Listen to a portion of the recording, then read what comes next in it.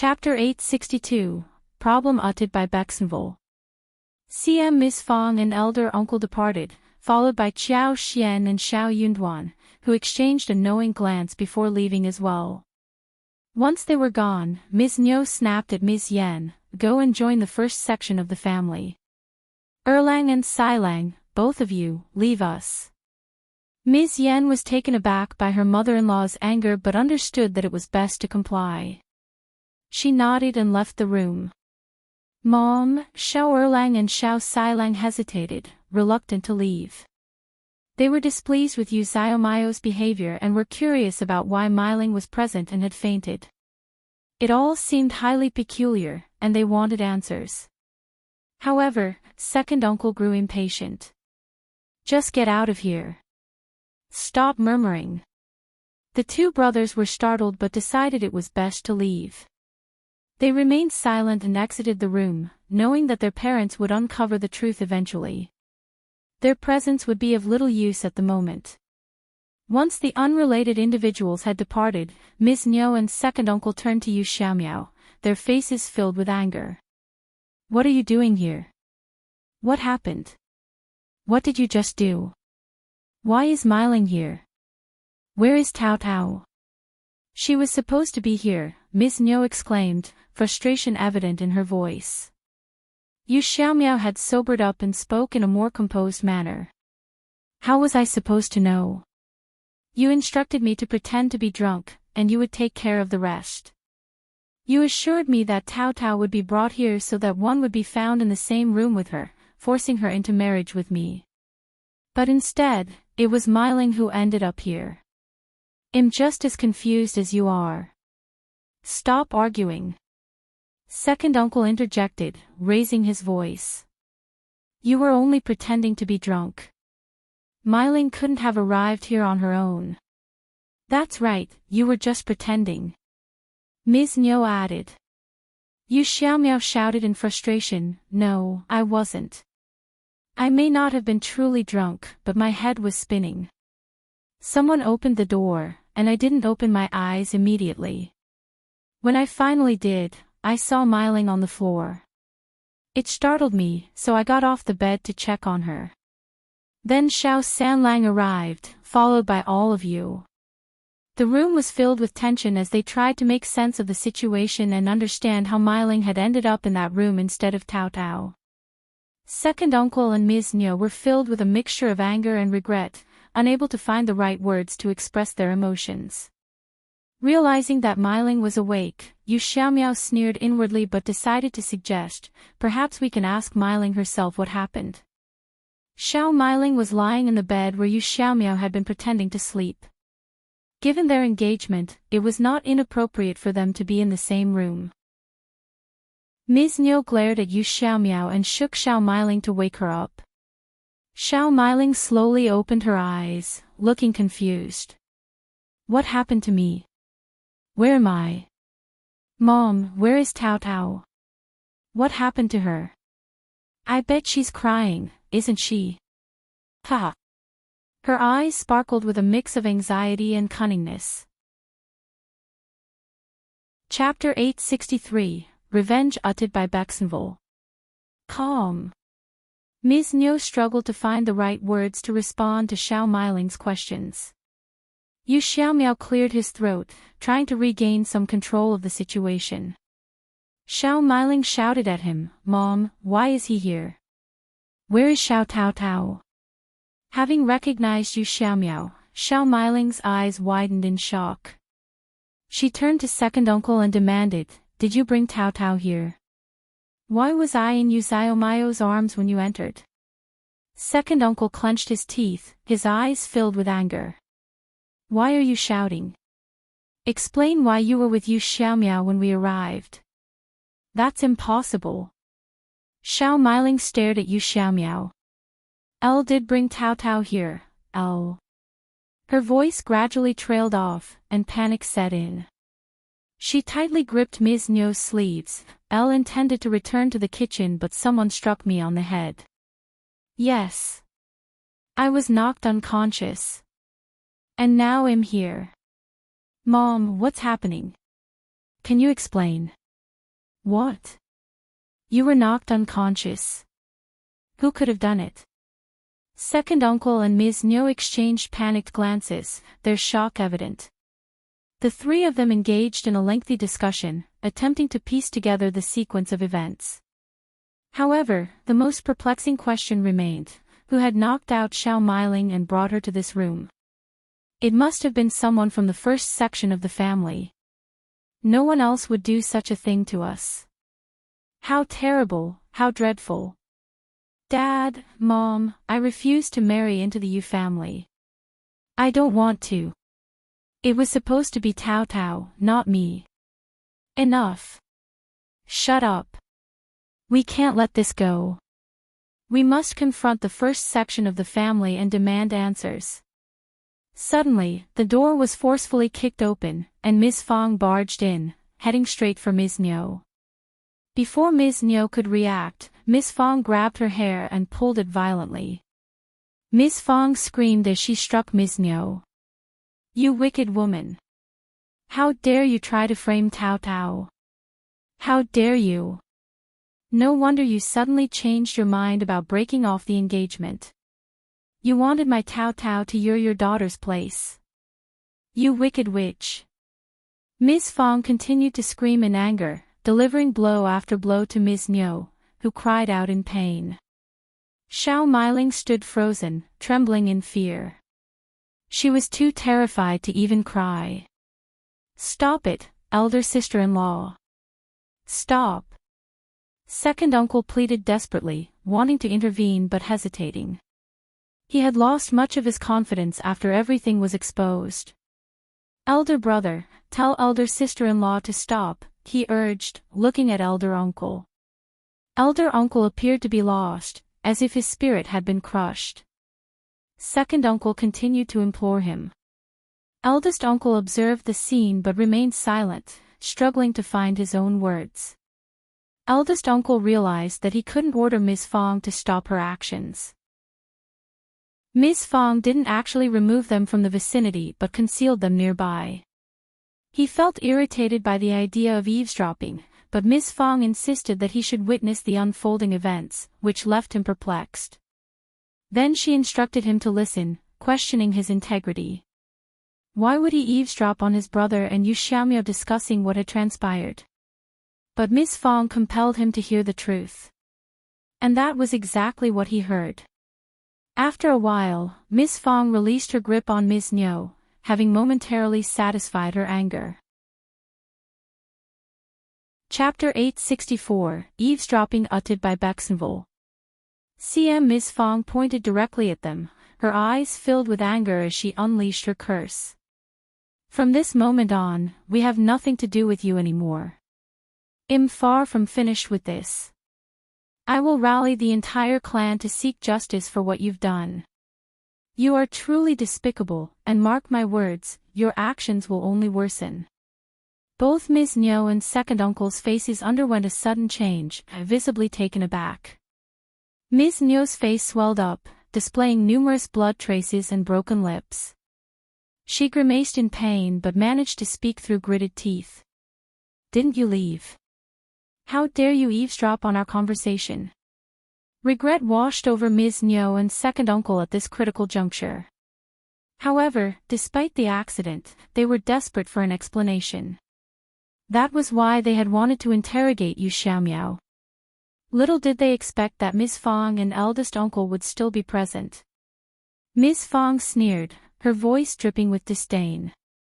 So what? I now have proof that will expose your secrets. Yet, there was no need for them to remain any longer. Let's go, old man. Ms. Fang exclaimed, urging eldest uncle to leave. Second uncle pleaded, his voice tinged with remorse. Elder brother, elder sister-in-law, we deeply regret our actions. We were misguided, but it was all for the sake of our child.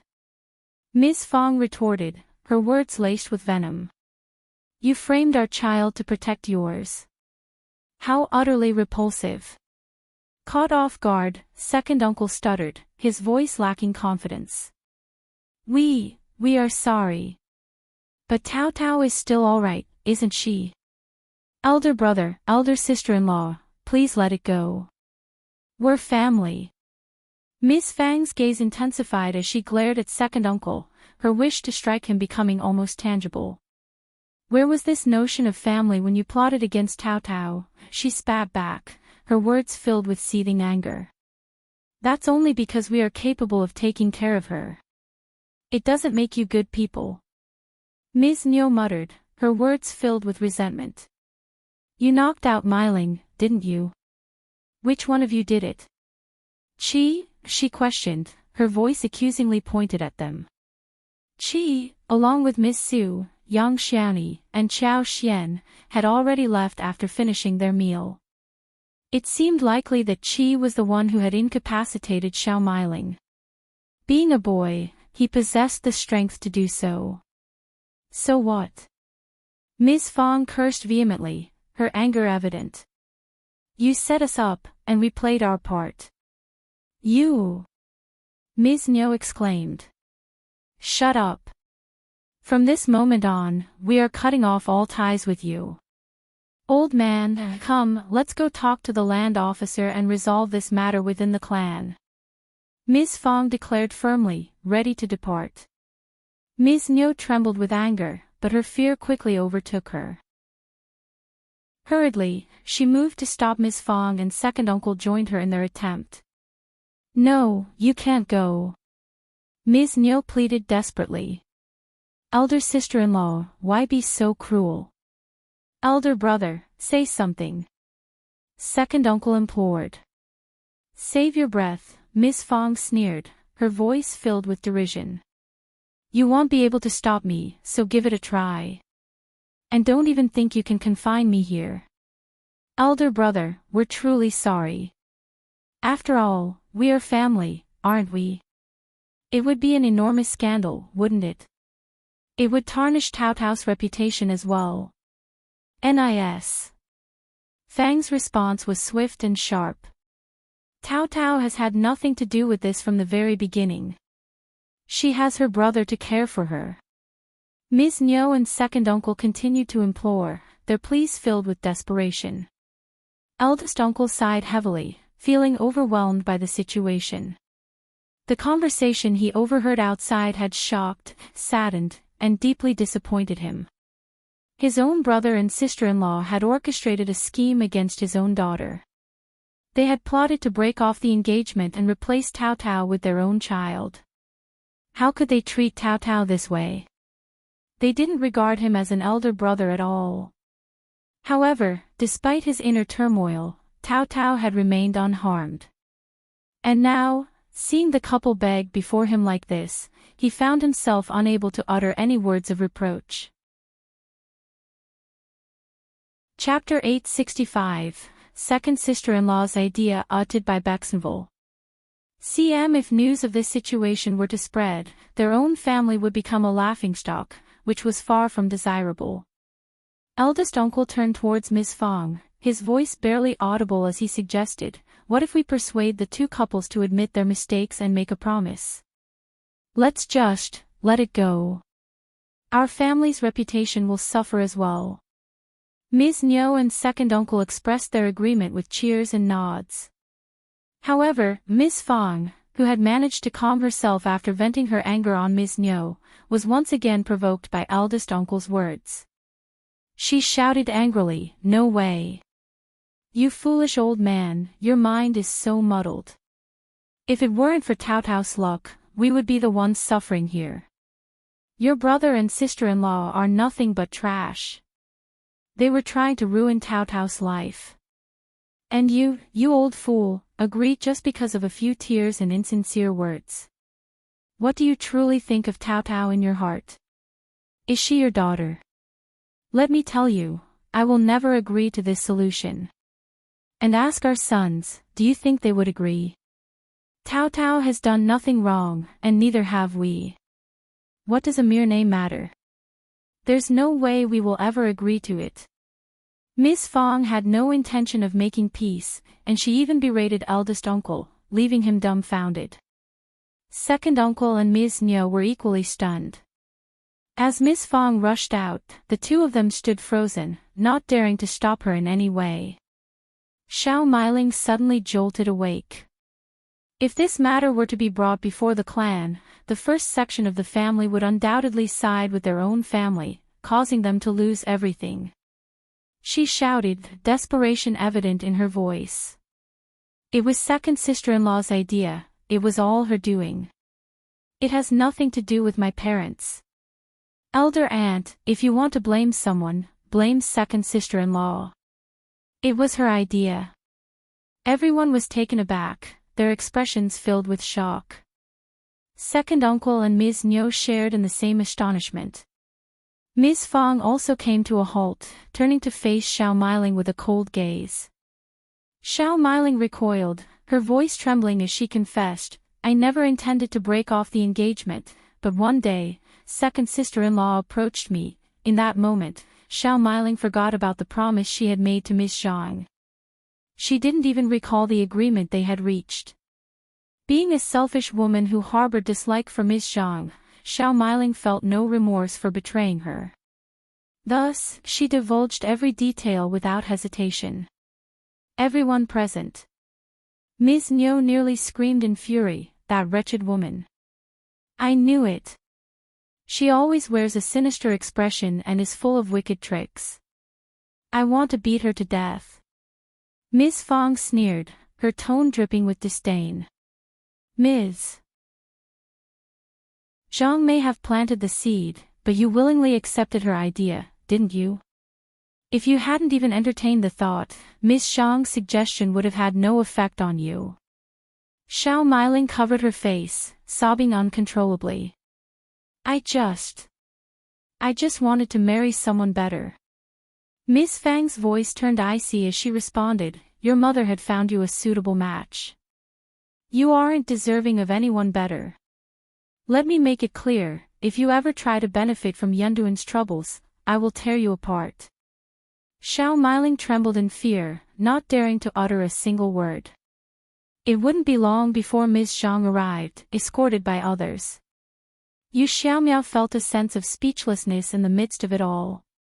There was no need for him to play along anymore. With a polite wave, he bid them farewell and left. Chapter 866, Ms. Zhang's Embarrassment uttered by Baxenville. CM Ms. Niu and second uncle felt a deep sense of embarrassment. They had allowed their prospective son-in-law to witness this chaotic situation, and it exposed their lack of self-esteem. They couldn't find any words to undo what had already transpired. Second uncle composed himself, mustered a few kind words, and escorted Yu Xiaomiao out.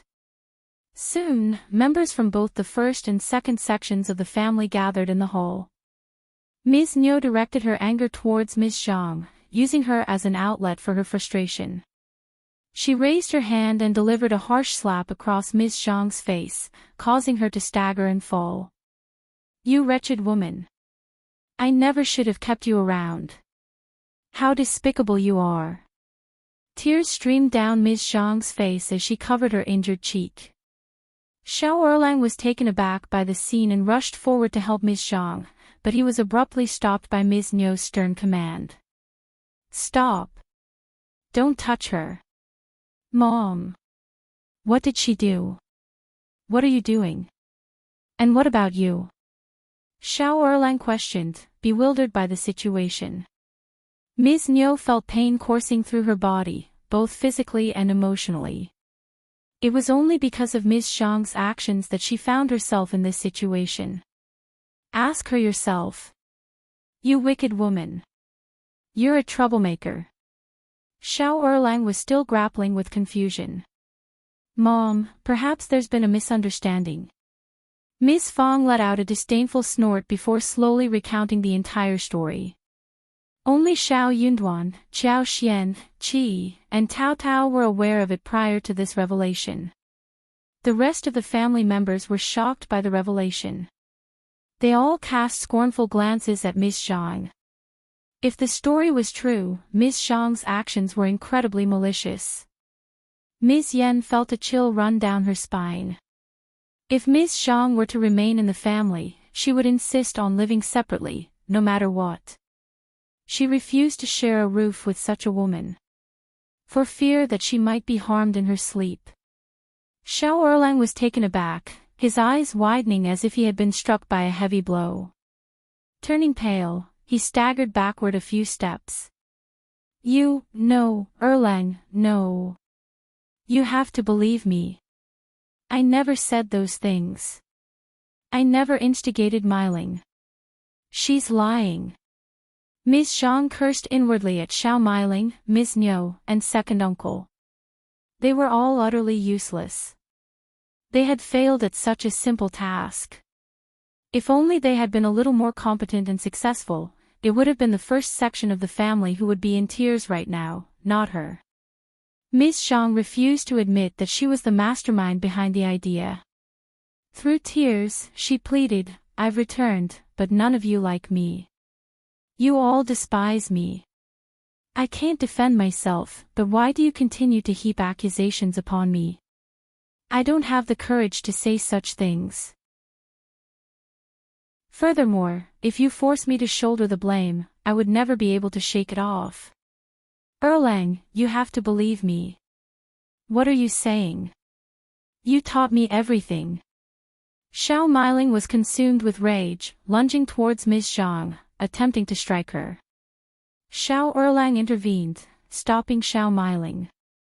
Meiling, calm down. No violence. Second brother. Shao Meiling angrily pushed his hand away, snapping back. She did it. She taught me everything. If it weren't for her, I would never have conceived of such an idea. But she refuses to confess. And now she's making me take the blame. Step aside, I'm going to kill her. Ms.Zhang sobbed, her voice filled with sorrow. Shao Erlang found himself caught in the middle, his expression filled with bitterness. Yet, he still positioned himself between Shao Meiling and his wife. Meiling, the second sister-in-law, did make a mistake in the past, but you can't solely hold her accountable. You need evidence. Chapter 867, A Potential Harm Uttered by Baxenville. I am so furious. Shao Meiling seethed with anger. She told me when there were only two of us. I can't find any evidence. This person must have done this on purpose. That's why she is denying it now. What are you putting on that sad look for? You are the most vicious one. Shao Meiling exclaimed, her anger apparent. Shao Meiling looked infuriated and attempted to throw a punch at Ms.Zhang but was restrained by Shao Erlang. She cursed and struggled against his grip. Young Xiaoni whispered to Qiao Xian, what are they doing here? I'm confused. Fifth sister-in-law, who do you think is lying? Qiao Xian smiled and shook her head. I'm not sure. There is no evidence. But what's your opinion? I'd rather not speculate. Young Xiaoni chuckled and agreed. True. However, deep down, Qiao Xian believed that Shao Meiling was telling the truth. Ms.Zhang had a shady character, and Shao Meiling hadn't considered this aspect of their marriage, but Ms.Zhang might have. Nis. Zhang held a grudge against both the second and first sections of the family. If her plan had succeeded, the first section of the family would have become the victims and would have started hating the second section of the family, which was exactly what she desired. This woman posed a potential threat to everyone. Ms. Niu shouted, stop it, you two. Son, Meiling doesn't lie. This person is not a good woman. Are you seriously going to believe a lying, vicious person who nearly got your son killed over your own sister? Are you out of your mind? Ms. Niu had barely finished speaking when Ms. Zhang broke down in tears. Elle knew it. You'll never forgive me for what I did. Ms. Niu spat, her annoyance evident as she exclaimed, no one will ever forgive you for this. I never begged you to come back. It was you who shamelessly showed up at our doorstep. You were divorced. How dare you return and put on such a pitiful act? I shouldn't have agreed. You wretched woman. No wonder Myling confronted you as soon as you came home. Admit it, you bitch. Elle didn't do it. You're all mistaken. It was you. You did it. Experiencing a headache, Miss Fong snapped, that's your own family matter, and you can discuss it later. I need one resolution on this. The clan needs to be informed. Shao Yunduan agreed, anything Mom says. Shao Sanlang angrily chimed in, exactly. We can't just let it go like this. Tao Tao is a kind girl who was almost harmed because of you. Eldest uncle fell silent as he tried to speak. He did have a few things to say, but he knew that none of his words would make a difference. He suddenly felt a pang of sadness. None of his sons understood him at all. Ms. Fong stood up and declared, let's go and find the land officer. No, no, elder sister-in-law, it's all Ms. Zhang's fault. She's a troublemaker. Well, kick her out of the family. Will that satisfy you? It's your decision, not mine. Most people in your family are irritating. Ms. Fong responded. Instead of engaging in further conversation with her, and under the protection of Shao Yunduan, Qiao Xian, and other family members, Ms. Fong hurriedly made her way to the land officer's house, paying no heed to eldest uncle's persistent attempts to stop her. Chapter 868, Not Family Anymore, uttered by Baxenville. Ms. Fong was adamant about obtaining a satisfactory resolution. Ms. Niu and second uncle were shocked and couldn't let the first section of the family handle the situation alone. They brought along Shao Myling and had Ms. Zhang escorted while they ascended together with Shao Erlang.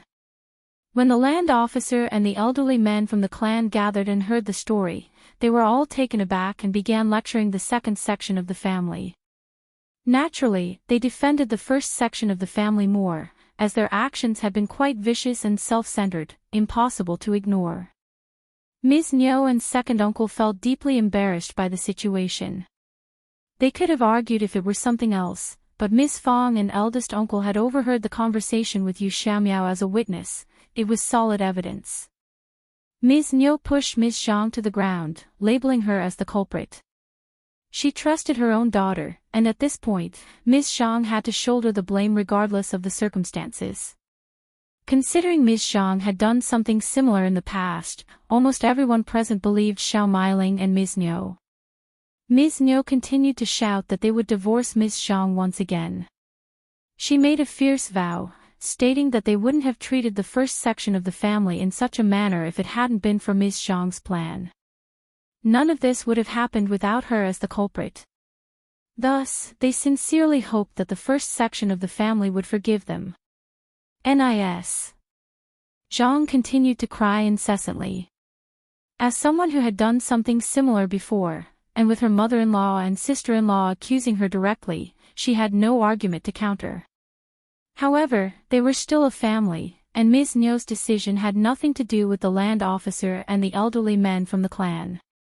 But the second section of the family had almost caused harm to the first section of the family. Thankfully, Tao Tao was unharmed. The others offered a few consoling words, and while the two sections of the family wouldn't completely sever their relationship, a lingering grudge remained between them. From that moment onward, the first section of the family would no longer consider the second section as part of their family, treating them instead as an ordinary family from the same clan. Second uncle and Ms. Niu pleaded for forgiveness. No, no. We are a family bound by blood. We're not just an ordinary family from the clan. Elder brother, please say something. You won't approve of this, right? You promised our parents that you would take care of us. Why are you begging him? He's the most vicious and cruel man. If you hadn't refused to help us break off the engagement, we wouldn't have resorted to this. You're heartless. Eldest uncle let out a heavy sigh, and Ms. Fong, Shao Yunduan, Shao Sanlang, and even Shao Dalong looked at him expressionlessly. Tears welling up in her eyes, Tao Tao spoke, "What do you have to say, Dad? In your eyes, you prioritize second uncle and third uncle's families, and their children are treated so well. You protect and assist them all the time, but what about me? Why am I not your niece but just your daughter?" Eldest uncle turned pale and stumbled back. "What are you saying?" Ms. Fong grabbed hold of Tao Tao, as she coldly addressed eldest uncle, "You are my beloved daughter, and I love you. Your brothers and sisters-in-law all love and protect you. We will never forgive anyone who tries to bully you." Qiao Xian could no longer tolerate the situation. She calmly stated, "The second section of the family attempted to harm Tao Tao today, and if we don't delve deeper into this, they may try to harm someone else tomorrow. If I can't obtain a satisfactory answer from the resolution, I will have to take matters into my own hands to vent my anger. I love Tao Tao, and I will never allow her to suffer." Ms. Nyo screamed, "What do you mean?" Chapter 869, Paying Back, uttered by Baxenville. CM Qiao Xian's smile was fleeting. "We will repay you in the same way you hurt us." NIS. Nyo was taken aback. "What do you mean?" Qiao Xian continued, "We will employ the same methods you used against us." Ms. Nyo, second uncle, and Shao Erlang all turned pale. "That won't work. It's impossible." Ms. Fong sneered. "You can frame us, but we can't do the same to you. That doesn't sound fair." Second uncle and Ms. Nyo were left dumbfounded. Indeed, they could frame the first section of the family because they believed eldest uncle would always defend them, giving them the freedom to do as they pleased. Their best course of action now was to offer an apology. However, what if the first section of the family didn't like them and wanted to frame them in return? They would be incapable of defending themselves. They had never considered this before. It had never occurred to them that while they devised various schemes to torment the first section of the family, the same tactics could be used against them. Second uncle and Ms. Nyo couldn't help but tremble. Qiao Xian stopped looking at them. Eldest uncle felt a profound sense of despair but dared not utter a word. He had no control over Qiao Xian, Shao Yunduan, Ms. Fong, or anyone else in his family. One wrong word, and his brother's family would face even harsher consequences. Inwardly, he sighed, what had caused all of this? This incident would be accurately recorded in the clan's records. The land officer had tried to conceal the entire affair to prevent their reputations from being tarnished. But Shao Yunduan rejected the proposal. He urged the land officer to make the truth public.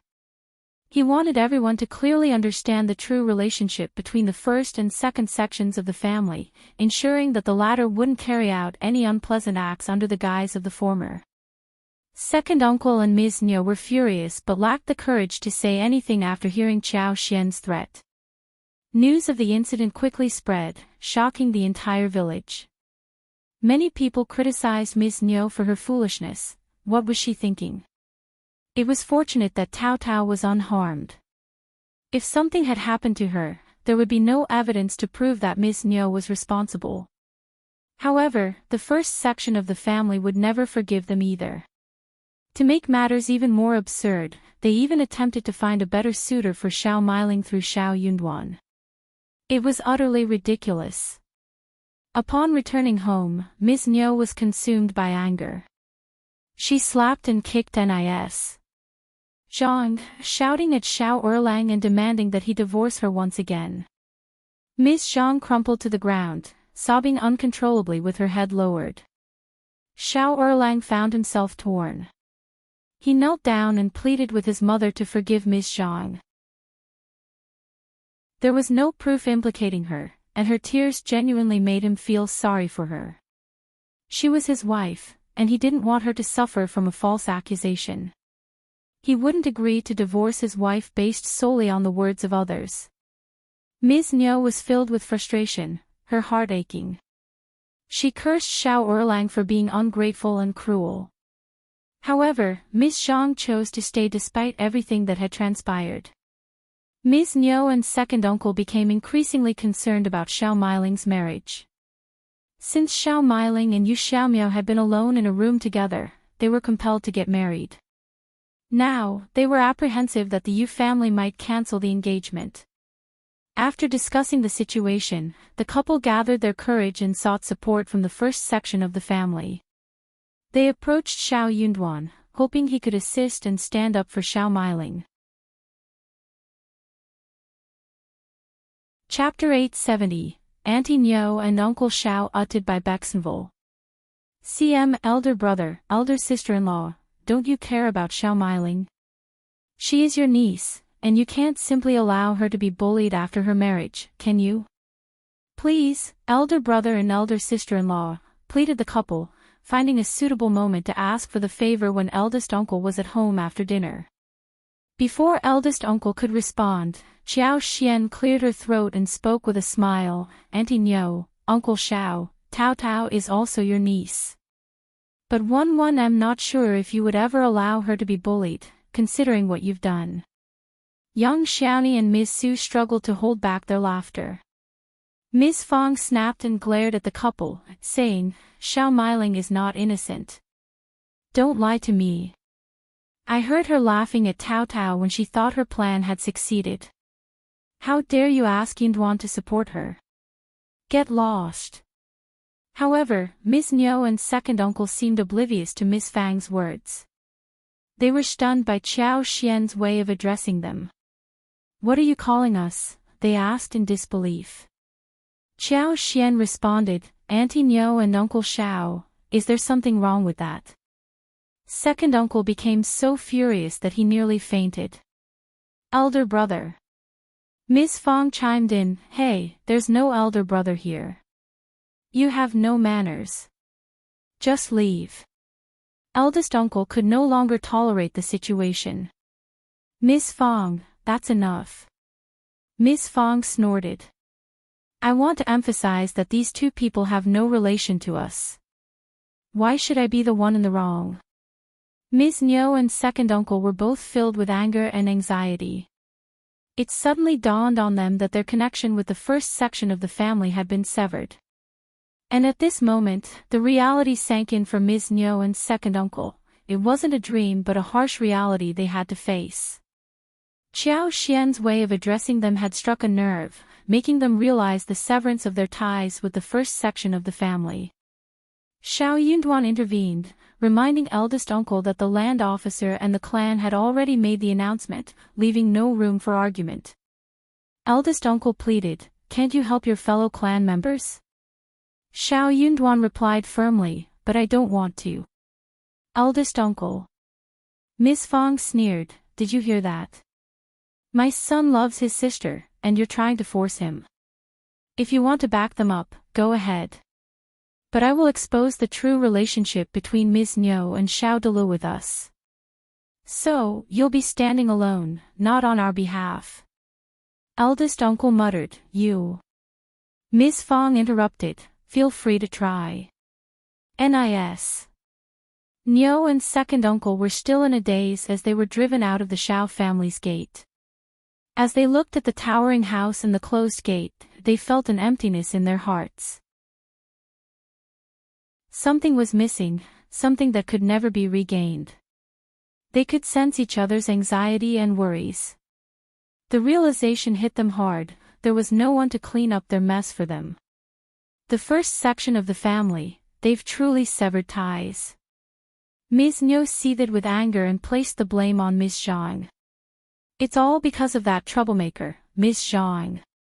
With a heavy heart, the couple reached out to Yu Xiaomiao, unsure of how the Yu family would react. To their surprise, the Yu family acted as if nothing had occurred and agreed to proceed with the marriage. They came to an agreement on the wedding date, which would be the 6th day of March the following year. The couple breathed a sigh of relief. Without the support of the first section of the family, they couldn't afford to say anything negative about the Yu family. Furthermore, Mrs. Yu had expressed regret over the initially rejected engagement, but Mr. Yu and Yu Xiaomiao decided to uphold the marriage arrangement. They were still blood-related, which would always be beneficial for them. Chapter 871, Buying Happiness uttered by Baxenville. CM Shao Meiling seemed to be better off compared to the other girls, so why would they reject the marriage proposal?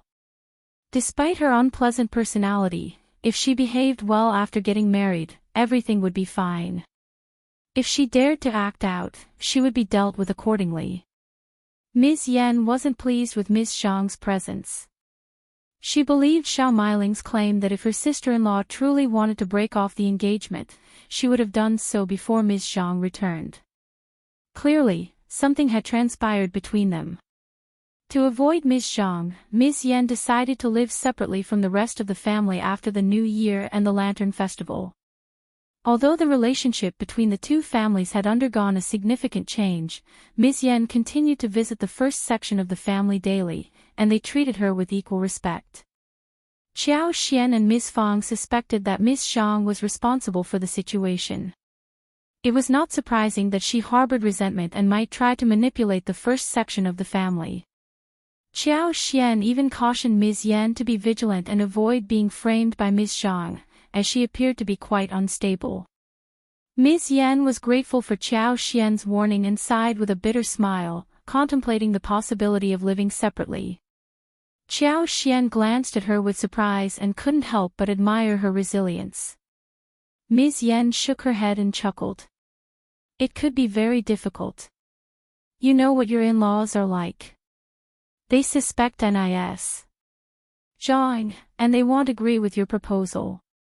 Initially, Ms. Yan had been filled with anger and tried to convince herself that it was necessary.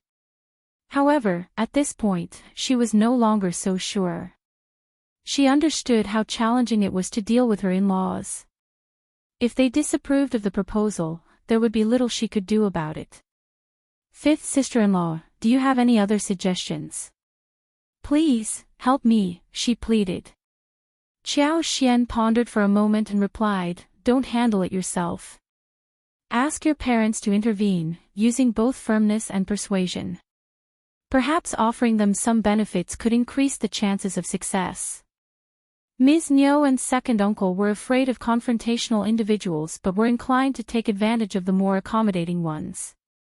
If the Yan family exerted pressure and provided some incentives, Ms. Niu and second uncle might agree to the arrangement, especially considering that Shao Xilang was their son and could support them despite the separation.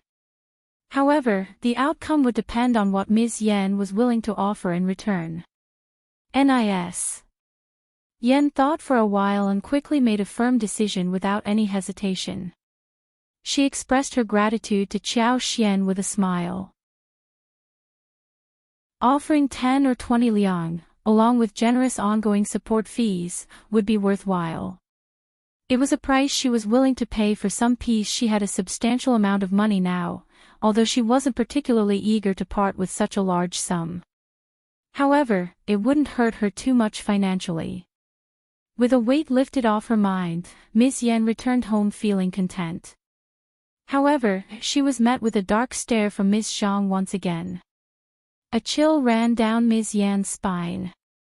She quickly glanced at Ms. Zhang and instinctively moved away, trying to avoid her. Nis. Zhang sneered, causing Ms. Yan to feel even more unsettled. Her heart raced, and she almost lost her balance. This woman was truly deranged. She was terrifying. Driven by Ms. Niu, Ms. Zhang had reached the brink of mental instability. After Shao Meiling's marriage was finally settled, Ms. Niu had no other matters to attend to. Thus, she turned her attention towards Ms. Zhang. Her gaze was filled with malice, making her intentions clear. Chapter 872, Ms. Zhang's Blame Uttered by Baxenville. CM Translator, Henyi Translations NIS. Niu firmly believed that Ms. Zhang was responsible for all the troubles their family had endured, and she had no intention of giving her an easy time considering their past conflicts. Ms.Zhang was constantly tormented by Ms. Niu, and this constant torment had further deteriorated her original personality, making her even more sinister. She harbored a deep hatred for them, especially Ms. Niu. However, she didn't dare retaliate against Ms. Niu, as she was her mother-in-law and a senior figure in the family. She knew that if she did anything to Ms. Niu, her own suffering would only worsen, especially since she was already in a difficult situation without provoking Ms. Niu. A mother-in-law needed no excuse to berate her daughter-in-law. In this house, excuses were unnecessary. Frustrated and irritated, Ms. Zhang started to vent her anger on Ms. Yan. As they were walking together with their sons, Ms. Zhang suddenly pushed her own son, causing him to fall to the ground and burst into tears. Ms. Zhang screamed, "Fourth sister-in-law, how could you harm and push Xianwen like that? You're so vicious. I know you hate me, but you can't blame this on Xianwen. He's innocent." Ms. Yan was taken aback by Ms. Zhang's sudden outburst and her deteriorating mental state. Anger coursed through her, causing her to tremble. "Second sister-in-law, show me your evidence. I didn't lay a hand on Xianwen." "Of course, you did. You're too afraid to admit it. If you hate me, blame it on me, not on a child." "Oh, my life is so bitter, my poor little boy. You're insane. You're lying. You're just too cowardly to admit it. What's all this shouting about?" Ms. Niu emerged from the house, her impatience evident in her tone as she interrupted the argument. "Ms. Zhang, what do you think you're doing? If you can't stay here quietly, then pack your bags and go back to your village." Ms. Zhang, with tears streaming down her face, held a deep grudge as she replied, "It was the fourth sister-in-law who hit and pushed Xianwen. You're not blaming her, you're blaming me. Elle didn't do any of that." Ms. Yan exclaimed, denying the accusation. Shao Xianwen continued crying inconsolably. "Oh, my poor little grandson." Ms. Niu felt sorry for Shao Xianwen. She gently lifted him up, comforting him, and then instructed Shao Miling to take the child back inside. "Nis." Zhang sneered and cast a proud glance at Ms. Yan. However, in the next moment, two loud slaps echoed through the air as Ms. Niu struck Ms. Zhang across the face. Pointing at her, Ms. Niu cursed, "You are forbidden from going near Xianwen. Are you trying to harm him again? You vicious woman." Clutching her stinging cheeks, Ms. Zhang burst into tears. "Elle didn't do it. It was the fourth sister-in-law." "Shut up. I don't believe a word you say. Ms. Yan has no reason to do such things, and you kidnapped your own child. You're capable of anything. Elle didn't, it was the fourth sister-in-law." "Ah." Ms. Zhang received another slap across the face. "Just keep your mouth shut, you vile woman. You disgust me. If it weren't for troublemakers like you, our family wouldn't be in this mess. It's all your fault. You've already ruined Miling's marriage, and now you're targeting Ms. Yan. You never give up, do you?" Ms. Zhang cried even harder. This only served to further infuriate Ms. Niu. She snapped, "You bringer of misfortune. Be silent now. Kneel down right here and reflect on your actions." Chapter 873, Giving Up Pretending Yudat by Sinvel. Ms. Zhang cried uncontrollably, collapsing onto the ground, her body trembling with anguish. Why? Why her mother-in-law had already made up her mind to support Ms. Yan without even considering her side of the story. She didn't believe a word Ms. Zhang said and continued to humiliate and torment her. Ms. Zhang felt herself spiraling into madness. Ms. Yan, who had been angry about the false accusations, unexpectedly felt a tinge of compassion towards Ms. Zhang. She could see that Ms. Zhang was truly suffering in this terrible situation. Nis. Zhang had never imagined that her mother-in-law would completely lose trust in her. It was fortunate in a way, as she no longer had to struggle to defend herself. After cursing Ms.Zhang, Ms. Niu sneered and turned to Ms. Yan, speaking in a gentle tone, "It's getting cold outside. Let's go inside." Ms. Yan was taken aback but nodded in agreement. Ms. Zhang's heart ached as she witnessed this interaction. She struggled to rise to her feet and spoke angrily, "I'll know all of you hate me. But what have I done? If it weren't for your coldness and hostility, I could have lived a peaceful life and cherished my own children." Ms. Niu turned back, her eyes filled with fury, and ordered Ms. Zhang to kneel down. "Your time is not up yet," she spat. Any remaining compassion Ms. Yan had for Ms. Zhang vanished as she replied, "Second sister-in-law, no one owes you anything. You asked for money, but did you ever plan to repay it? You know very well that people are not obliged to fulfill your every request." Ms. Niu sneered in response. "Repaying money? Her worthless brother has nothing to repay. Nis." Zhang shot a fierce glare at Ms. Niu. This only further infuriated Ms. Niu. "What are you staring at? I am one not allowed to complain about your worthless brother." Ms. Zhang, filled with anger and frustration, retorted defiantly, "I'm not leaving. You can beat me to death if you want. I'd like to see how capable you are. If you kill me, you'll have to pay with a life. I'm not afraid of you. You can do whatever you want to me, but I'm staying right here." Both Ms. Yan and Ms. Niu were taken aback by Ms. Zhang's outburst. Realizing that she had reached her limit, Ms. Zhang decided to give up pretending and confronted Ms. Niu directly. Ms. Niu, furious at Ms. Zhang's defiance, responded angrily, "What are you saying, Ms. Zhang? Say it again. I'm not afraid of you. Drive me away if you want. You don't believe me, and Erlang won't believe you either. You vile bitch. I'll kill you."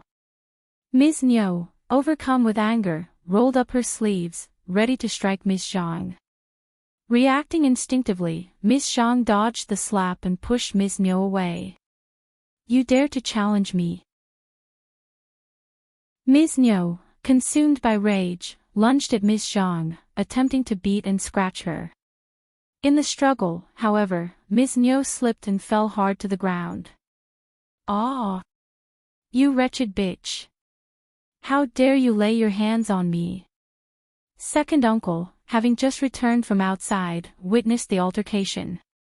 He quickly approached and assisted Ms. Niu, exclaiming, "What are you all staring at? Come and help." Ms. Yan, still in a state of disbelief, snapped back to reality. She hurriedly joined second uncle in assisting Ms. Niu to her feet.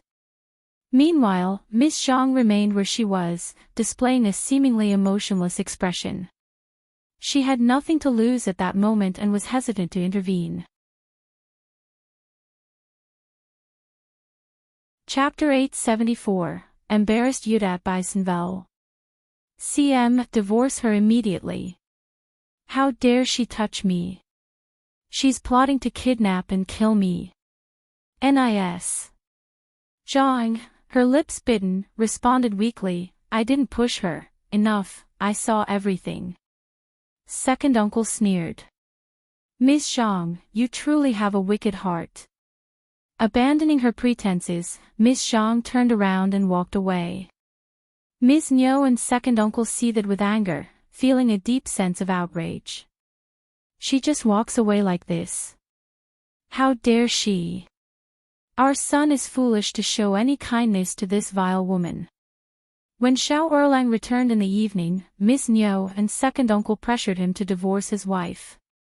Ms. Niu pounded on her chest, as if deeply wounded in her heart. Ms. Zhang, no longer pretending, cried uncontrollably, hoping to convince Shao Erlang of her innocence. That was all she wanted. She had given up pretending. But Shao Erlang, still enamored with her, hesitated to believe his parents' accusations without proof. His affection for her remained. Ms. Niu had never felt this level of fury before, especially when it was caused by someone as vile as Ms.Zhang. Overwhelmed by anger, she collapsed, leaving second uncle and Ms. Yan in shock. Furious, second uncle pushed Shao Erlang away, his voice filled with anger. You trust this woman over your own parents. Do you want her to harm your mother so you'll believe us? You're a terrible son. Shao Erlang was taken aback by his mother's collapse and felt overwhelmed with guilt. He cried uncontrollably, kneeling on the ground as he pleaded, I didn't mean to. I didn't mean to. I need proof. What proof do you need? Do you think your mother and I orchestrated this? You know very well what your mother is like. She may be nagging and stingy, but she would never falsely accuse someone of such things. Shao Erlang turned pale, burdened by guilt. Second uncle sneered, even Ms. Yan witnessed everything. Shao Erlang suddenly looked up at Ms. Yan. And so did Shao Xilang. Ms. Yan cursed inwardly at her father-in-law's stupidity. How did she get caught up in this conflict? What could she say? She couldn't tell the truth, as her in-laws would never forgive her. But could she tell a lie? If she did, and they believed her, they would drive Ms.Zhang away. However, Shao Xilang wouldn't blame his parents, he would blame her for ruining his marriage. Feeling trapped and conflicted, Ms. Yan sighed and looked down. Father, you're putting me in an incredibly difficult position. She realized that no matter what she said, it wouldn't be well received by her second brother. Ms.Zhang screamed, fourth sister-in-law, why do you hate me and spread these rumors? Ms. Yan responded coldly, what did I say? I never touched Xianwen. You accused me of pushing him when you and I crossed paths. What more can I say? I can't simply claim that you're using your own son to frame me, can I? But because of Dad's words, I had no choice but to speak up. Yet, no matter what I say, you refuse to admit the truth. Chapter 875, Divorce Again Yudat Bisenvel. CM Ms. Nyo regained consciousness and glared at Ms. Zhang, her anger intensifying. Divorce her, now. Shao Erlang couldn't hold back his tears. His father was right. Although his mother was unreliable in many ways, she would never plot something like this. And his fourth sister-in-law didn't appear to be a liar either. Shao Erlang began to understand the truth unfolding before him. When his mother had fainted in anger, he had already sensed the reality of the situation. If his mother had orchestrated all of this, she wouldn't have collapsed like that. He just didn't want to believe it. But the truth could not be avoided. It would eventually reveal itself. Ms. Zhang, overwhelmed with despair, cried inconsolably. She realized that she was doomed. Her husband had lost faith in her and no longer wanted to defend her. What had gone wrong with her life? Suddenly, an angry resentment brewed within Ms. Zhang. She incessantly questioned why she was treated like a thief in her own home, never given a chance to atone for her mistakes. She vowed to never give them any peace in their lives. Ms. Zhang confessed to everything, the events of today, her involvement with Shao Meiling. She even mocked them for their gullibility, claiming that she almost succeeded. What a shame! She taunted. Shao Erlang watched her in disbelief. Ms. Nyo nearly fainted once again. The following day, Ms. Zhang was divorced and forcibly sent back to her home once again. However, the next day, she regretted her impulsive confession. Tearfully, she pleaded with the Shao family to allow her to stay until after the new year. Shao Erlang was on the verge of accepting her plea, but he was overruled by Ms. Nyo and second uncle. Ms. Nyo snapped, stay until the new year. I don't want to be poisoned to death by you. Upon hearing those words, Shao Erlang had no further arguments. He steeled his heart and, with the assistance of some fellow villagers, returned Ms. Zhang and the divorce papers to the Zhang village. Regardless of what Mrs. Zhang or Ms. Zhang said, their minds remained unchanged. Ms. Zhang had admitted to all her wrongdoings, and the villagers of Shaoding were no longer willing to accommodate her. Back in the Zhang family's home, Ms. Zhang felt immense regret. Compared to the life she had with her mother, the torments she endured at her husband's home seemed insignificant. At least, in her husband's home, no one treated her like an animal or denied her food. She despised her mother-in-law, but she had never taken a moment to reflect on her own actions. If only she hadn't been so stubborn and blinded by her loyalty towards her brother, she wouldn't have ended up in this predicament. She had become a fool. What was wrong with her? Her own family showed no compassion, and she had even kidnapped her own son for their sake. But what had she gained in the end? She brought no benefits to her mother's family, and instead, she earned resentment and hatred from her husband's family. Now, she was being cursed and scorned by her own family.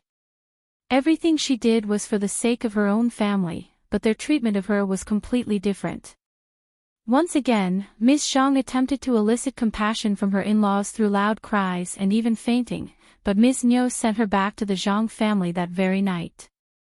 Ms. Zhang finally gave up. She cried uncontrollably. She realized that her husband's family would never forgive her. And as for her own family, they didn't want her to waste any resources at home, so they sold her to a middle-aged man in a destitute, impoverished village. Her parents and brother couldn't wait to seize the opportunity to make some money, so they hastily arranged the deal. Chapter 876, Ms. Zhang's and Yudat Beisenvel. The settlement was 5 liang. No matter how much she pleaded, she was still sold away. During her visit to Ms. Fang and Qiao Xian, Ms. Yen shared what had transpired with the second branch of the family and Ms. Zhang. Ms. Fang reacted with frustration. One knew it. But without evidence, there was little one could do to confront her. I simply thought it best to keep our distance. Nevertheless, it's a good thing that Ms. Niu divorced her. Qiao Xian sighed, acknowledging that Ms. Niu had, in a way, taken the right course of action. Sometimes, things were resolved in unexpected ways due to someone's brashness. All things considered, it was for the best. After all, it was extremely challenging to keep a safe distance from someone as extreme and malicious as Ms. Zhang, especially when neither Qiao Xian nor Shao Yunduan were around. The concern for the well-being of the family weighed heavily on their minds. Qiao Xian still had worries regarding the papayas and dragon fruits. With that in mind, she decided to travel to the province, visiting First Madam and purchasing some gifts along the way. She also made arrangements for Qi to stay with Xia Jingrong and the Xia family. It wasn't a decision made lightly, as asking for such assistance was never an easy matter. The debt of gratitude would need to be repaid eventually. Moreover, Shao Yunduan wanted to avoid any rumors suggesting that he was heartless, potentially causing others to look down on him and making it harder for him to seek assistance in the future. Shao Yunduan valued his friendship with Xia Jingrong and the Xia family, but he couldn't simply owe them a favor indefinitely. However, when it came to Qi's safety, he didn't hesitate to take this step. He informed the family of his decision, and together, they embarked on the journey to the province with Qi, Tao Tao, and Qiao Xian. As they arrived in the province, they noticed that the lights were already on, despite the early hour. Since it was quite cold inside the mansion, they opted to stay in a hostel instead. The following day, they paid a visit to First Madam, who was overjoyed to see them. She invited them to stay with the family and instructed her men to retrieve their luggage from the hostel. Qiao Xian and Shao Yunduan expressed their gratitude happily. Living there without Ms. Mi and Yuezhing Ting, Qiao Xian felt a sense of relief. Yuezhing Shao's brother, Yuezhing Hong, was also present, and he hosted a family banquet to welcome the couple and their family. It was a delightful occasion. Yuezhing Shao accompanied them outside of town to inspect the fruits. Although the fruits didn't grow during winter, they were still alive and not withered. They showed signs of vitality. Yuezheng Shao smiled with emotion. Honestly, I was worried about these seeds. I came to check on them a few days ago when the weather changed, and they seem to be doing well. I never expected that the fruits from the south could thrive so beautifully here. Qiao Xian had already used her superpower to test the fruits. They were all in good condition, with healthy roots underground. This brought her a sense of relief. She smiled and said, "It's not yet the coldest day, so we'll have to wait and see if they can sprout next spring when the weather warms up." Chapter 877, Qiao Xian's Happiness Yudat by Sinvel. CM, it should be. Yuezheng Shao expressed his confidence, adding, "I wouldn't be so sure if I were talking to anyone else but you. You have a remarkable talent for nurturing plants. I believe there won't be any problem at all." Qiao Xian laughed, accepting the compliment graciously. If Yuezheng Shao said so, then she didn't need to provide any further explanations. His confidence alleviated her concerns. As they walked through the garden, Qiao Xian took occasional breaks, using her superpower to assist the plants in thriving during the winter. She ensured that they would soon bud and flourish when spring arrived. Satisfied with her work, Qiao Xian spent an entire day in the garden, free from worries. Later, they had dinner with Xie Jingrong, during which they shared the news of Qi's voluntary decision to join the army and requested Xie Jingrong's support and protection. Xie Jingrong was taken aback by the news, but he spoke highly of Qi and readily agreed to Shao Yunduan's request. Providing a letter of recommendation was a simple task for the Xie family. As someone familiar with military camps, Xie Jingrong shared some insights with Qi. Qi's eyes sparkled with excitement as he listened to the stories. He nodded eagerly and asked curious questions. Even Shao Yunduan and Qiao Xian gained a better understanding, which alleviated their worries to some extent. Military camps might not be as dreadful as they had initially imagined. Xie Jingrong had an extensive collection of books on military and armies, and he offered to search for some suitable ones for Qi to read, which Shao Yunduan could take back home. Shao Yunduan was delighted with the offer and expressed his gratitude to Xie Jingrong, asking if he could make copies of the books. Xie Jingrong agreed, giving his permission for Shao Yunduan to make copies. Shao Yunduan decided to copy the books and store them in the village's library, which was currently under construction.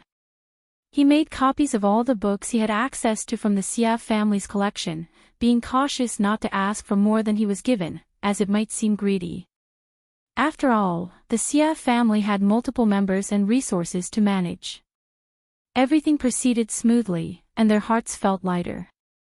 First Madam accompanied Qiao Xian and Tao Tao, joining them in purchasing various goods for the upcoming new year. Combined with the gifts from First Madam, their wagons were filled to the brim. To Qiao Xian's surprise, she received an unexpected gift during this time. Yuezheng Hong had brought seeds of sweet melons, along with 2 large bunches of blueberry tree buds and cherry buds. He explained that the melons were delicious, but due to the long distance, they couldn't be brought back without the risk of rotting. Instead, he brought the seeds for Qiao Xian to plant at home. Blueberries thrived in mountainous regions and could be made into delicious jam, so he had brought some buds for her to grow. The same applied to the cherry buds. Yuezheng Hong generously offered Qiao Xian the opportunity to start planting them at home. If they thrived and survived, he would provide her with more. Qiao Xian expressed her heartfelt gratitude for the thoughtful gifts. Sweet melons, essentially cantaloupes, didn't have their current name yet, as it would be coined in the future when they were introduced. The prospect of growing cherries and blueberries excited Qiao Xian. She believed they would flourish in their care. With utmost care, Qiao Xian took the precious gifts home, treasuring them like her most valuable possessions. Chapter 878, Surprise Yudat by Sinvel. CM This trip had been highly productive and fruitful for them. With the new year approaching, First Madam insisted they didn't stay for too long. She even invited them to join them after the new year, so they could travel with the business troops to the capital. Qiao Xian and Shao Yunduan expressed their gratitude and appreciation for the invitation.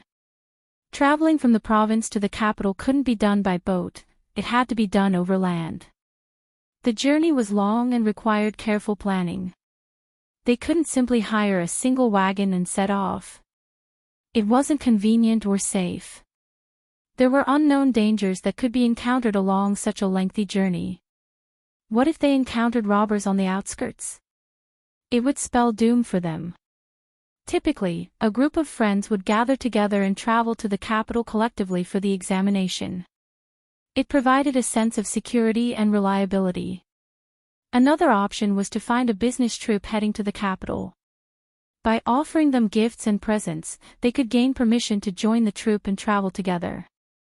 Usually, the business troops would approve of such requests, as the recommended individuals traveling to the capital had the potential to become successful officials. This created a sense of indebtedness toward the troupe. However, most business troops didn't travel such long distances. They needed to make stops along the way to sell their goods, sometimes spending days in bustling cities. Unfortunately, recommended men heading to the capital couldn't afford such delays. Not everyone was fortunate enough to find a suitable business troupe for their journey. However, First Madam had made arrangements for them in the province. By the time Shao Yunduan and Qiao Xian returned home, it was already the 20th of December. They arrived just in time for the preparations for the upcoming new year. They had purchased a wide variety of exquisite and delicious snacks, including candies, candied fruits, and roasted seeds and nuts. The assortment included delicacies such as lotus cakes, mung bean cakes, cloud cakes, poria cakes, shortbread, small twists, dragon beard cakes, sweet-scented osmanthus sugar, peanut sesame candies, pine nuts, small walnuts, melon seeds, almonds, and more. Shao Sanlang and his wife were overjoyed to see these treats. Each person also received 6 new sets of clothes, including shoes and socks, as well as women's rouge, gouache, various silk flowers, children's spinning tops, clay figurines, cloth tigers, tumblers, wooden knives, swords, pony puppies, and various toys. Additionally, there were dried seafood and other household items. Qiao Xian even purchased ornaments worth 200 to 300 liang for each girl in the family, including Shao Qing. Shao Zhenyan and his younger brother received a pair of golden bracelets and a golden key with jade. The first section of the family was ecstatic upon receiving these gifts. They spent half a day admiring and appreciating them. The next day, Qiao Xian was eager to begin planting the blueberries and cherry trees alongside Qi, Tao Tao, and Yang Xiaoni in the empty space designated for cassava cultivation. The other family members understood that these were fruit trees from other regions, and they eagerly anticipated the prospect of enjoying the fruits in the coming year. Their motivation was high as they joined in the planting process. As they set to work, some passing villagers sneered, commenting that it wasn't the appropriate time for tree planting. They claimed that tree planting should commence after the Lantern Festival when the weather becomes warmer, unless there was a sudden return of spring coldness. Qiao Xian responded with a smile, countering their skepticism. Elle received these trees from a friend in the province. They were brought from outside the city. I can't just leave them sitting here. Who knows, they might actually survive. Chapter 879, Not Giving Yudat by Sinvel. CM Yang Xiaoni and the others agreed, despite the unconventional timing for tree planting. Perhaps, just maybe, these trees could defy the odds and survive. With renewed enthusiasm, they quickly transported the straws and covered the seeds, exchanging smiles and saying, "All right, we've provided them with warmth. Yes, our trees should make it through the winter." Satisfied with their efforts, they happily returned home. Upon their return, Miss Fang asked Yang Xiaoni to prepare some items for the third section of the family. Shao Yunduan and Qiao Xian had purchased a significant amount of goods in the province, and it was only fitting to share some gifts with the third section as a gesture of goodwill. Considering Shao Yunduan's promising future, it was unnecessary to quibble over such minor matters. It wouldn't be worth tarnishing their reputation over such trivialities. Ms. Fang selected pastries, dried fruits, simple garments, and elegant silk flowers for them. Ms. Ma, aware that Qiao Xian and Shao Yunduan had returned from the province with 2 wagons full of items, expressed her gratitude and accepted the gifts. Shortly after Ms. Fang and Yang Xiaoni left, Ms. Ma started going through the presents and approached Ms. Niu, asking, "What did the first section of the family give you? Let me see them too." Confused, Ms. Niu responded, "What presents?" Ms. Ma pursed her lips. "Shao Yunduan went all the way to the province to buy things and gave some to us." "Didn't they give you anything?" "They've become quite selective, haven't they? Traveling to the province just to buy things." She couldn't help but feel bitter as she thought about her hard-working son at home. Inwardly, she resolved that once her son became a recommended man, she would also hire a wagon and go to the province to buy things. Word spread quickly in the village, and Ms. Niu was well aware that Shao Yunduan and his wife had returned from the province. Her face twisted as she replied, "They didn't give us anything."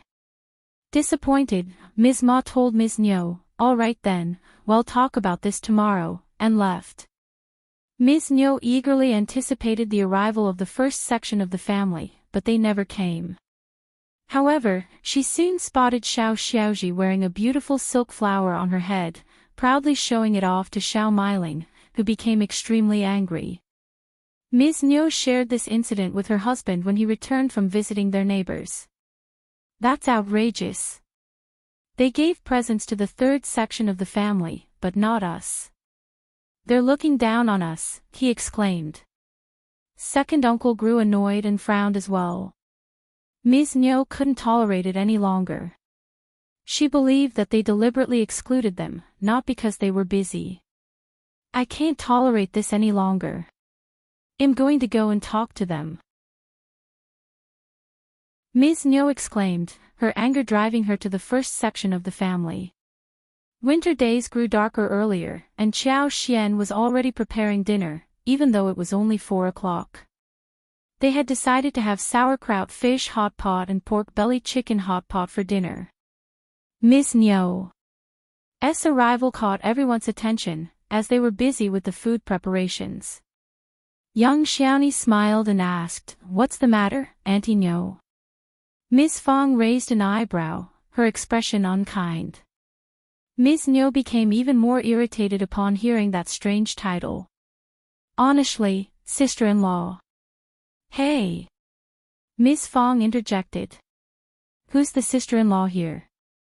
Just call me Ms. Fang.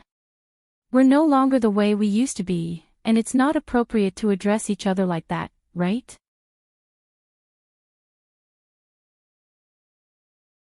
Chapter 880, Not Your Elder Sister-in-Law Yudat by Senvel. The others echoed her sentiments. Ms. Niu.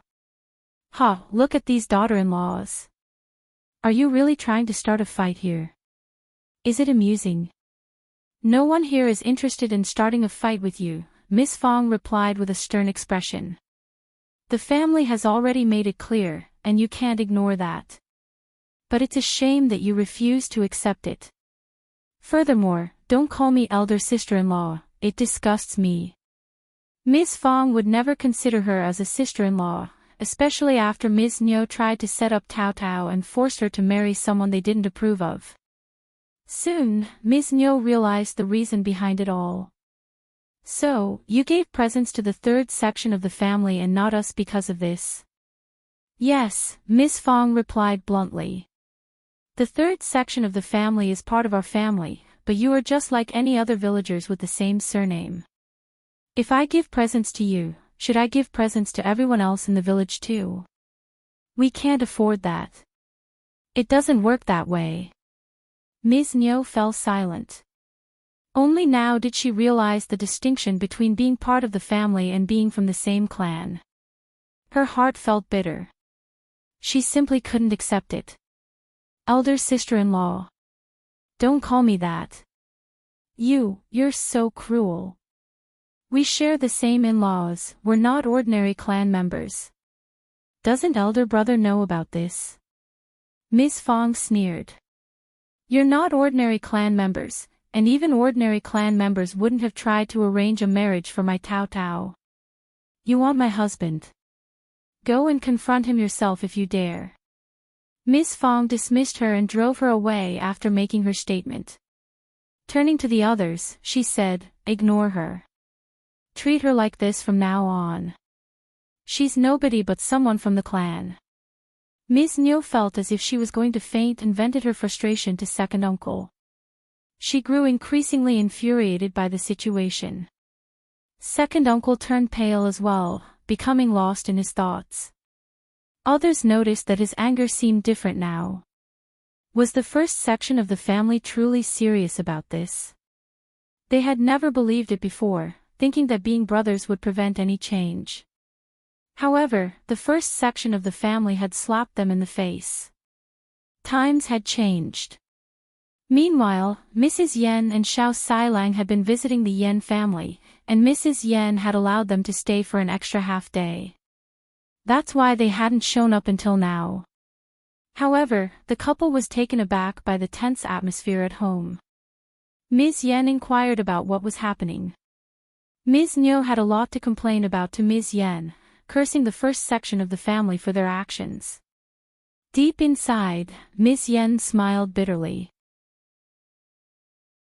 If she had been at home today, she wouldn't have allowed her mother-in-law to confront the first section of the family about this. It was too humiliating. Mom, the clan has confirmed this, and our relationship has changed. Why bother? The decision of the clan is not something to be taken lightly. Ms. Niu shouted, so you think it's my fault? Ms. Yen silently agreed with that sentiment, but she replied, I'm just reminding you that the clan has made a decision, and the first section of the family agrees with it. There's no need to interrogate them any further. Second uncle angrily chimed in, that may be true, but it's going too far. That's exactly what I mean. Ms.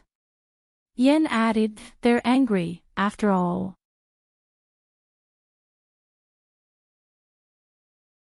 Chapter 881, Silence Yudat Bisenvel. CM, what are you blaming me for all the time? Ms. Niu snapped. It wasn't my fault with Tao Tao. It was that bitch Ms.Zhang. We already divorced and drove her out. What more do they want? Ms. Niu's eyes lit up. Let's go talk to eldest brother. Ms.Zhang has already been driven out, so we can ask eldest brother to inform the clan about this and put an end to it. We are a family, aren't we? We're not just ordinary people from the clan, are we? Ms. Fang's habit of giving presents to the third section of the family and ignoring the second section of the family would surely continue to happen in the future. And Ms. Niu wasn't going to tolerate it. Second uncle's eyes also lit up. That's true, it makes a lot of sense. Ms. Yen. Perhaps it was best for her to say nothing at all. Even Shao Xilang didn't think it was the right course of action. He tried to dissuade his mother, but ended up being scolded. This only made Ms. Yen even more speechless. She would observe how they would handle the situation and potentially make it worse. Ms. Yen once again felt fortunate for having established a relationship with the first section of the family. Second uncle and Ms. Niu went to find eldest uncle without avoiding Ms. Fong and the rest of the family. They went to his place that very same night. Not in the mood to eat, they urged Ms. Yen to quickly prepare dinner, hastily ate some food, and hurried to eldest uncle's house. Upon arrival, they found that the first section of the family was already halfway through their hot pot feast. In the center of the large round table was a massive mandarin duck hot pot. A low stove with charcoal fire was placed in the recessed part of the middle, with the hot pot sitting flush with the tabletop. The sauerkraut fish pot and pork belly chicken pot were brimming with rich, white soup that bubbled and tumbled, emitting a steamy and fragrant aroma. The table was adorned with an abundance of fish balls, meatballs, lotus root balls, shrimp slips, fish fillets, squid rolls, yuba, winter bamboo shoots, mushrooms, meat slices, egg dumplings, shredded vegetables, wax gourd slices, yam slices, taro slices, Chinese cabbage, lettuce, and more, a truly lavish spread. Ms.Zhang and second uncle, who had lost their appetites earlier, suddenly felt their hunger intensify upon catching the tantalizing scent. They couldn't help but salivate at the sight of the food. Eldest uncle, unaware of what had transpired earlier, was pleased to see them. He beckoned them over. "Ah, there you are. Take a seat. Have you had dinner?" Ms.Zhang mustered a forced smile and said, "Please, take a seat. If you've already eaten, you can wait until we finish our meal. If not, I suggest you go home and eat before coming back." She made it clear that they were not welcome to join them. Both second uncle and Ms.Zhang blushed in embarrassment. How could they, who were already hungry, resist the tantalizing aroma of the delectable sauerkraut fish and chicken soup? The array of mouth-watering dishes left them captivated. Eldest uncle noticed their longing gazes and turned to young Xiao, instructing, "Ms.Zhang, please bring 2 bowls and 2 pairs of chopsticks." "Stop it," interrupted Ms.Zhang calmly. "We won't share our food with such a malicious couple. I fear their presence will spoil everyone's appetite. I will always remember how they attempted to ruin my daughter's life. We cannot simply move past that." Eldest uncle froze and glanced at Tao Tao. His heart sank when he saw the sorrowful expression in Tao Tao's eyes. Nis. Nyo and second uncle's hunger intensified as they watched the delectable feast slip away from their grasp. "Elder sister-in-law." "Don't call me elder sister-in-law, it sounds dreadful. Just call me Ms. Fong."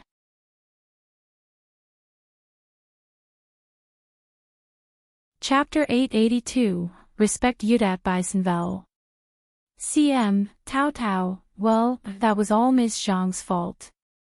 She confessed to trying to manipulate us. We have already expelled her from our family, and we assure you that nothing like this will happen again. We sincerely apologize and let's put this behind us. After all, we are still a family, aren't we? Exactly. Ms. Fong had an overwhelming urge to strike the couple. "Enough already," Ms. Fong retorted with disgust. "Ms. Zhang attempted to manipulate you, and you fell for it. You are far from innocent. We are not a family, not even in your wildest dreams." Shao Yunduan interjected coldly, "This is no laughing matter, Auntie Nyo and Uncle Shao. Please go home and refrain from bringing this up again."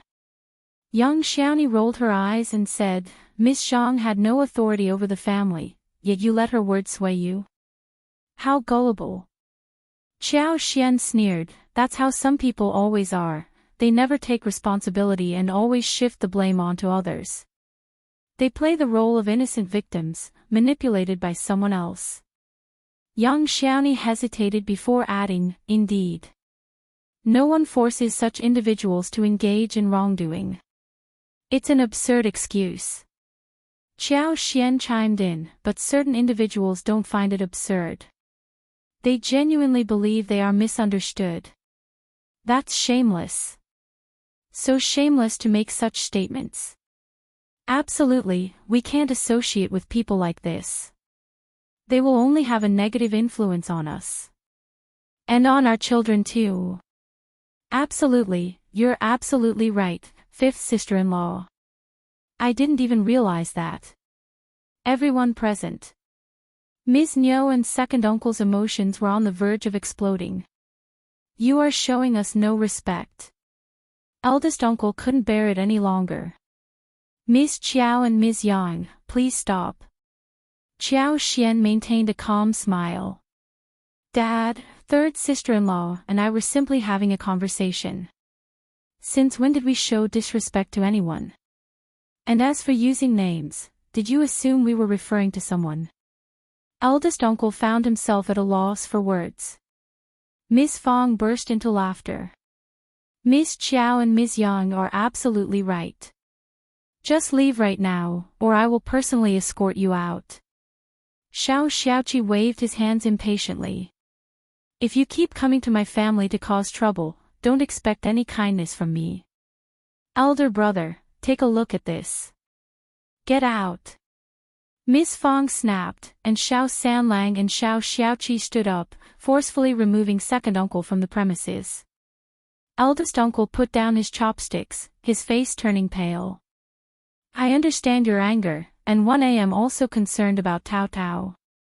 But it's not a major loss to us, and they know they are wrong. Why do you keep pressing them like this? Miss Fong sneered. What's the use of saying that now? Perhaps you can advise them tomorrow to stay away from us.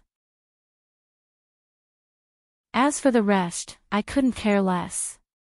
Shao Yunduan's voice turned cold. Dad, we are just two ordinary families.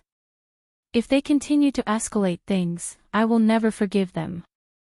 Mom is right, we will never forget what happened to Tao Tao. Eldest uncle felt a heavy blow, glanced at them, and quietly left. Shao Yunduan felt a sense of unease, but he knew he had to stay firm. He didn't expect his father to suddenly change his character or viewpoint, but he couldn't let him involve other family members in this situation. He had made up his mind to not offer them any more chances.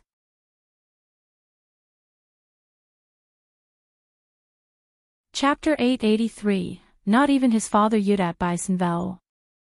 In reality, the disputes between the second section of the family and the third section of the family were trivial matters driven by greed and unreasonable desires. However, when it came to the safety and well-being of his family members, Shao Yunduan refused to back down. Even if it meant confronting his own father, he was prepared to do so. He had seen through his father's nature, or to put it more bluntly, his father would only recognize the danger when something irreversible happened. In that case, Shao Yunduan hoped his father would remain blissfully ignorant. Ms. Fong reassured him, that old man has always been like this, but don't worry. I'm here, as are the land officer and the elderly men from the clan. Shao Yunduan nodded, determined. One understand, Niam. That's why he engaged in philanthropic activities such as donating fields and building schools and libraries. In doing so, he knew that the village would undoubtedly side with him and the first section of the family, unless he proved to be a truly malicious person beyond redemption. Before he departed for the capital, he planned to inform the land officer and the elderly men from the clan to take care of the family. With Mom as the pillar of strength, he wouldn't need to worry so much. They continued their meal, focusing on the food and temporarily setting aside the family conflicts. They had grown accustomed to elder uncle's occasional peculiar reactions, so it didn't affect their mood. They continued to enjoy their dinner, savoring the delicious food. Shao Sanlang and Yang Xiaoni praised the delectable dishes, relishing the flavors as they consumed 2 bowls of soup each. Satisfied and satiated, they set down their chopsticks. With the new year approaching, 5th sister-in-law was preparing to accompany 5th brother on a trip to the capital. They wouldn't be able to return home for at least 6 months, and it was possible that Shao Yunduan would also be assigned to work elsewhere. The absence of their cooking and presence would be felt. The next day, it was time for Shao Yunduan and Qiao Xian to present gifts to County Magistrate Qiao, as they did every year. Following their usual practice, they didn't offer anything from their own home but instead purchased various items in the county. Their financial situation was prosperous, although the exact extent of their wealth remained unknown. However, it was evident that they were not lacking in funds. This year, they bought an abundance of gifts, including 10 live chickens and 10 ducks, several packs of snacks, as well as tea and wine. They proudly displayed their offerings, and it was widely acknowledged that recommended man Shao and second Miss deeply cared for their family. Shao Yunduan and Qiao Xian couldn't help but feel a sense of betrayal from their own family, especially considering the way Madame Qiao and Officer Qiao treated them during the visit. Officer Qiao appeared visibly uncomfortable, while Madame Qiao feigned illness. Qiao Wei dutifully attended to her mother, choosing to remain absent as well. Even concubine Du and Qiao Ko seemed to conveniently disappear whenever Madame Qiao was not around. What made the situation even more absurd was that after Qiao Xian expressed her dissatisfaction with Madame Qiao, Officer Qiao actually acknowledged some of her grievances. This led to a heated argument between the couple and exposed deeper issues within their marriage. As a result, Officer Qiao decided to improve his treatment of concubine Du and Qiao Ko, rather than mistreating them. However, he inadvertently discovered that Madame Qiao had unjustly taken away concubine Du's private savings. This revelation filled him with fury, leading to a confrontation with Madame Qiao. In an attempt to make amends, Officer Qiao compensated concubine Du with 6 fine garments, 5 or 6 pieces of jade ware, and 400 liang as restitution for her loss. Madame Qiao, as the head of the family, was expected to bear the responsibility for her actions, and the humiliation she caused concubine Du returning the items was akin to admitting fault and acknowledging her wrongdoing.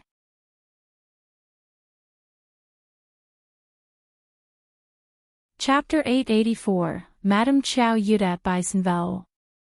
The compensation provided by Officer Qiao seemed to have a positive effect. Both concubine Du and her daughter were overjoyed and grateful for the gesture. Madame Qiao and Qiao Wei, on the other hand, were seething with anger. They felt that they had been openly humiliated and disrespected. While Officer Qiao believed that he had salvaged his wife's reputation, Madame Qiao saw it as a direct affront. She couldn't fathom how concubine Du, who held a lower status in the household, could be treated with such favoritism. Before Madame Qiao could even contemplate taking revenge on concubine Du, her daughter Qiao Wei, driven by her own foolishness, stooped to picking on Qiao Ko. It was an opportunity too tempting for Qiao Ko to pass up. She skillfully played the victim, shedding tears in front of County Magistrate Qiao, ultimately resulting in Qiao Wei's punishment. County Magistrate Qiao, now exasperated with Madame Qiao, voiced his dissatisfaction with her lack of kindness and proper manners. He felt that she was undeserving of her position as the lineal mother, as she had failed to guide and nurture not only Qiao Xian but also Qiao Ko. Furthermore, County Magistrate Qiao declared that Madame Qiao would no longer have any involvement in concubine Du or Qiao Ko's affairs, including Qiao Ko's marriage. Once they moved to the capital, he planned to seek the assistance of his mother and sisters-in-law in finding a suitable match for Qiao Ko. Madame Qiao erupted in fury and engaged in a heated argument with her husband. She saw herself as the lineal mother, and the fact that she couldn't even arrange a suitable suitor for the daughter of a concubine was a humiliating blow to her status and authority. She felt like a complete laughingstock. Madame Qiao had envisioned making a grand entrance when returning to the capital, but with the current situation, it would be a humiliating affair. She couldn't bear the thought of such embarrassment befalling her. Mother. Sister-in-laws. The so-called Madame Qiao Senior in the capital was not County Magistrate Qiao's biological mother, and they shared no close bond whatsoever. Besides, if they were to discover the truth, Madame Qiao would lose any position she held in their hearts. However, County Magistrate Qiao was genuinely angered this time. He treated Madame Qiao with cold indifference and refused to back down. But so what if she wasn't his real mother? She had raised him as her own, practically fulfilling a mother's role. At the very least, she had never mistreated him, unlike his wife, who showed such cruelty towards the daughter of a concubine. Madame Qiao's irritation grew, leading her to feign illness as the new year approached. She avoided taking on any responsibilities in the mansion, curious to witness the chaos that would ensue in her absence. Her pretense of illness served a dual purpose, not only to avoid encountering Qiao Xian but also to test the waters of the mansion without her leadership. County Magistrate Qiao sensed the chilly reception from both Shao Yunduan and Qiao Xian. He felt a sense of guilt and discontent in his heart. While Qiao Xian had endured mistreatment, County Magistrate Qiao was still her father. No child would easily blame their own father for anything. He had indeed raised her, hadn't he? Yes, it was fortunate that they had eventually found a suitable suitor for her. Furthermore, she was not entirely blameless in this situation. County Magistrate Qiao had been occupied with numerous banquets and had little time to attend to domestic affairs. Had she spoken up and sought his assistance from the beginning, he would have come to her aid. But she chose to remain silent. How unreasonable of her to now blame him for her own silence. He had taken action by punishing his wife and treating his daughter well, hoping to demonstrate his favor towards her. Yet, she continued to lay blame and even displayed an air of superiority before him. How heartless! County Magistrate Qiao felt a mixture of anger and disappointment as these thoughts raced through his mind. However, Qiao Xian seemed unfazed by his emotions. She soon smiled and expressed her desire to visit Madame Qiao. Madame Qiao was unwell and needed to be shown concern. Upon hearing the way she referred to Madame Qiao, County Magistrate Qiao seized the opportunity to remark, regardless of what has transpired between you two, she is still your lineal mother. You will have plenty of chances to see each other in the capital. If you address her in such a manner, people will ridicule you for being disrespectful.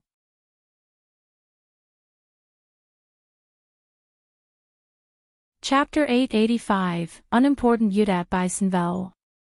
CM Qiao Xian found amusement in the situation. One don't mind being the subject of laughter. When people inquire why I address her that way, I can simply tell them the truth. It's a fact, isn't it? There's no need to hide it. Father, please don't make things difficult for me. I cannot bring myself to call her mother. She has been too malicious for me to do so at this moment. Enough. County Magistrate Qiao's anger surged as he snapped. What are you talking about? Your mother has found you a good suitor, and you should express your gratitude to her. The past is in the past, and you are doing well now. What more do you want? Are you blaming me as well, father? Qiao Xian was about to respond when Shao Yunduan interjected, whether my wife forgives you or not is inconsequential. County Magistrate Qiao was taken aback, suddenly realizing that he may have misspoke. If he were to ask for forgiveness, did that imply an admission of guilt? He was her father, and he believed he had done nothing wrong. Parents held the utmost authority in a family. He had given her life, raised her, and secured a good marriage for her. Everything seemed perfectly reasonable. He saw no fault in his actions.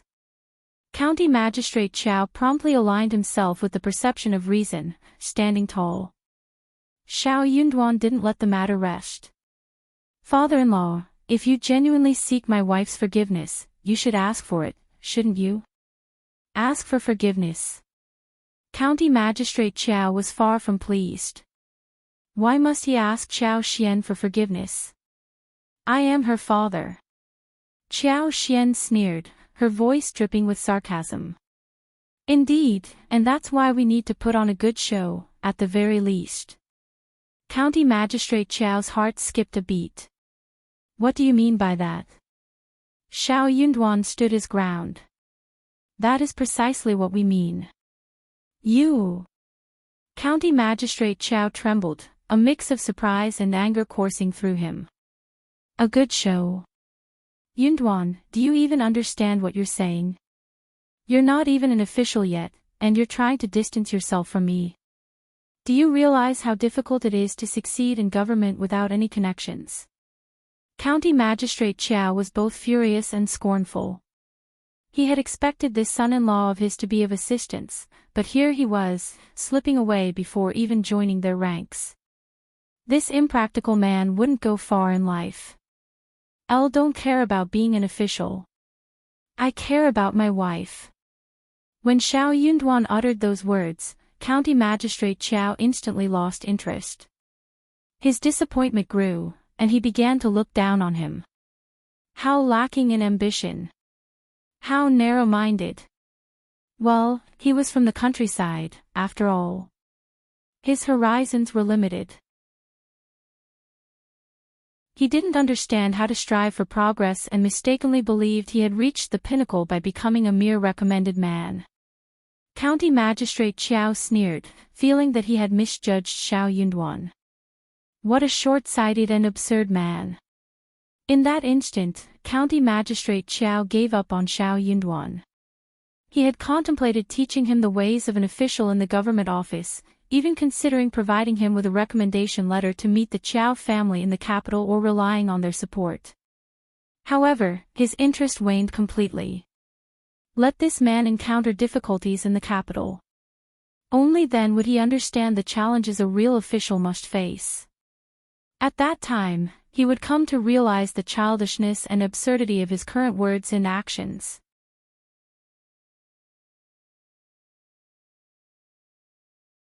Chapter 886, Building Bridge Yudet by Zinvel. The county magistrate sneered inwardly, quietly remarking, "Your mother is unwell, so we won't keep you for lunch. Qiao Xian, go visit your mother and then you may leave." Okay. Qiao Xian smiled, stood up, and paid no attention to his sudden coldness, causing County Magistrate Qiao to feel a sense of futility in his actions. Shao Yunduan chimed in, "Sweetheart, hurry up. I'm waiting for you here. Let's go home as soon as possible, it's getting cold." Okay.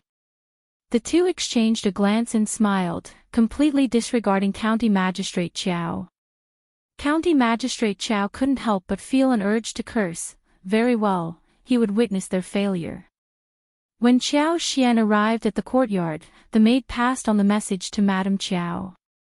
After waiting for a while without her appearing, Qiao Xian couldn't help but grin.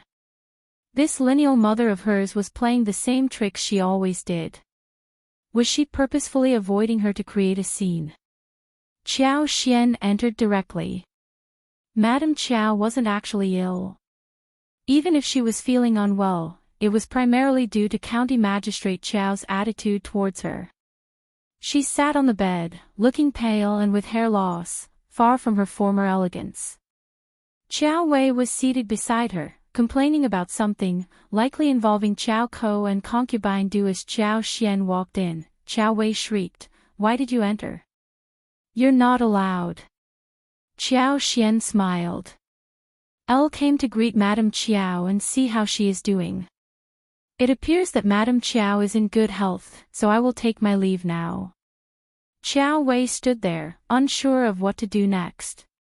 Madame Qiao wore a sinister expression. "Stop.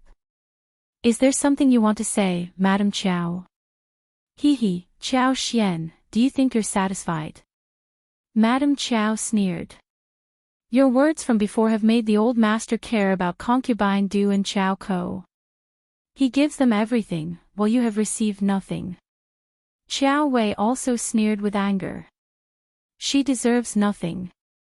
Father has never shown any affection towards her, not in the past, not now. She's just trying to gain favor, a pitiful person serving us." A pitiful person. Qiao Xian smiled and intentionally raised her wrist, caressing the emerald bracelet adorning it. "My husband is the provincial champion, and he, my mother-in-law, and my sister-in-laws all treat me exceptionally well. Elder Yunduan regards me as her own daughter. Are you absurd enough to think I envy Qiao Ko?" Qiao Wei became infuriated, panting heavily. Qiao Xian was so vexing. No wonder she had never liked her. Madame Qiao felt a pang in her heart, sneering, "You certainly know how to harm others and benefit yourself."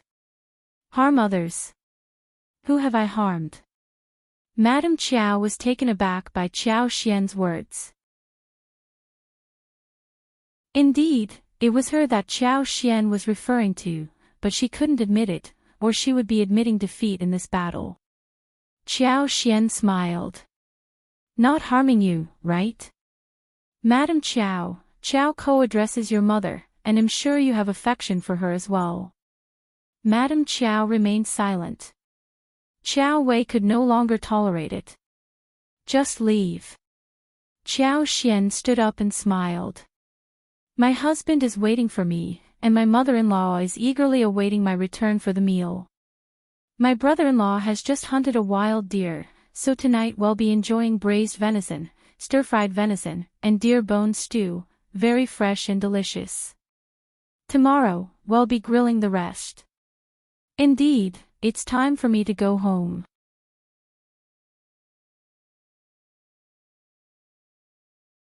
Chapter 887, Not Lying Yudat by Sinvel. CM Madame Qiao, please take care of yourself. Remember, Qiao Ko is not yet married, and she could use your support and guidance. You. Qiao Xian's words pierced Madame Qiao's heart, leaving her furious and distressed. However, she refused to let it bother her. Her intention was to provoke Madame Qiao, and seeing her infuriated brought her immense satisfaction. It also whetted her appetite for dinner. She is so malicious. Qiao Wei blurted out, stumbling over her words. No wonder I despise her, always have. Did you see that, Mom?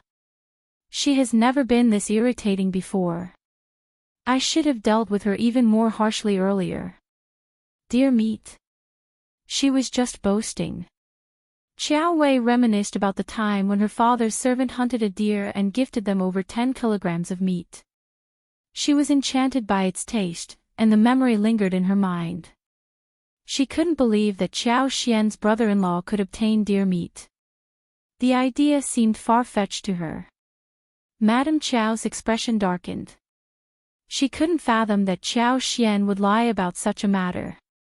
If Qiao Xian truly had a skillful brother-in-law who could hunt deer, it implied that he possessed exceptional hunting abilities and could provide them with a variety of wild game regularly. Deer were notoriously challenging to hunt due to their cautiousness and swiftness.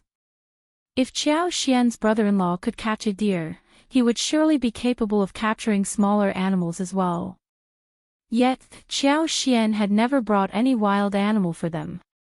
Even if she claimed that her brother-in-law had acquired the deer the previous day, there was no evidence of it in the gifts she presented to them today. Madame Qiao, filled with annoyance, turned to Auntie Ling and commanded, "Inform the old master about what Qiao Xian said to us." Yes, Madame Qiao. Auntie Ling was skilled in stoking the flames, and she was determined to do just that. Word of this quickly reached County Magistrate Qiao's ears. He learned that Qiao Xian's brother-in-law possessed exceptional hunting skills, resulting in their consumption of wild game throughout the year. Furthermore, it was reported that he had recently captured a wild deer. However, neither his daughter nor his son-in-law had considered offering any of it to him as a gift. County Magistrate Qiao's fury swelled upon hearing this news. Initially, he contemplated sending someone to investigate the matter, but he quickly dismissed the idea. What purpose would it serve to delve into such a matter? Discovering the truth would be utterly humiliating. Moreover, the story held an air of believability. He had underestimated them. Qiao Xian had never been one to display modesty or honesty. She harbored numerous ulterior motives, and his wife's judgment of her had never been wrong. He decided to wait and see what Qiao Xian and Shao Yunduan would do next. He was confident that they would eventually come begging at his door, seeking his assistance. So County Magistrate Qiao, who had been persuaded by Madame Qiao, wrote one letter to the Qiao family in the capital, telling them to look into Shao Yunduan and give him a hard time. Shao Yunduan and Qiao Xian left the mansion and Shao Yunduan took Qiao Xian's hands, saying, "What about eating at restaurant Yanhe? Then we can go home after that." Qiao Xian nodded with a smile. "Sure, I want the crispy duck from there. Let's take one portion home." The couple did not ask for a separate room after going into the restaurant, but chose a place in the hall. Many people recognized Shao Yunduan, as did the manager of the restaurant, who greeted him happily. Shao Yunduan and Qiao Xian went to the in-laws' family to give presents, but they did not even get to eat lunch at home. Soon the story would go that the couple were forced to eat at a restaurant.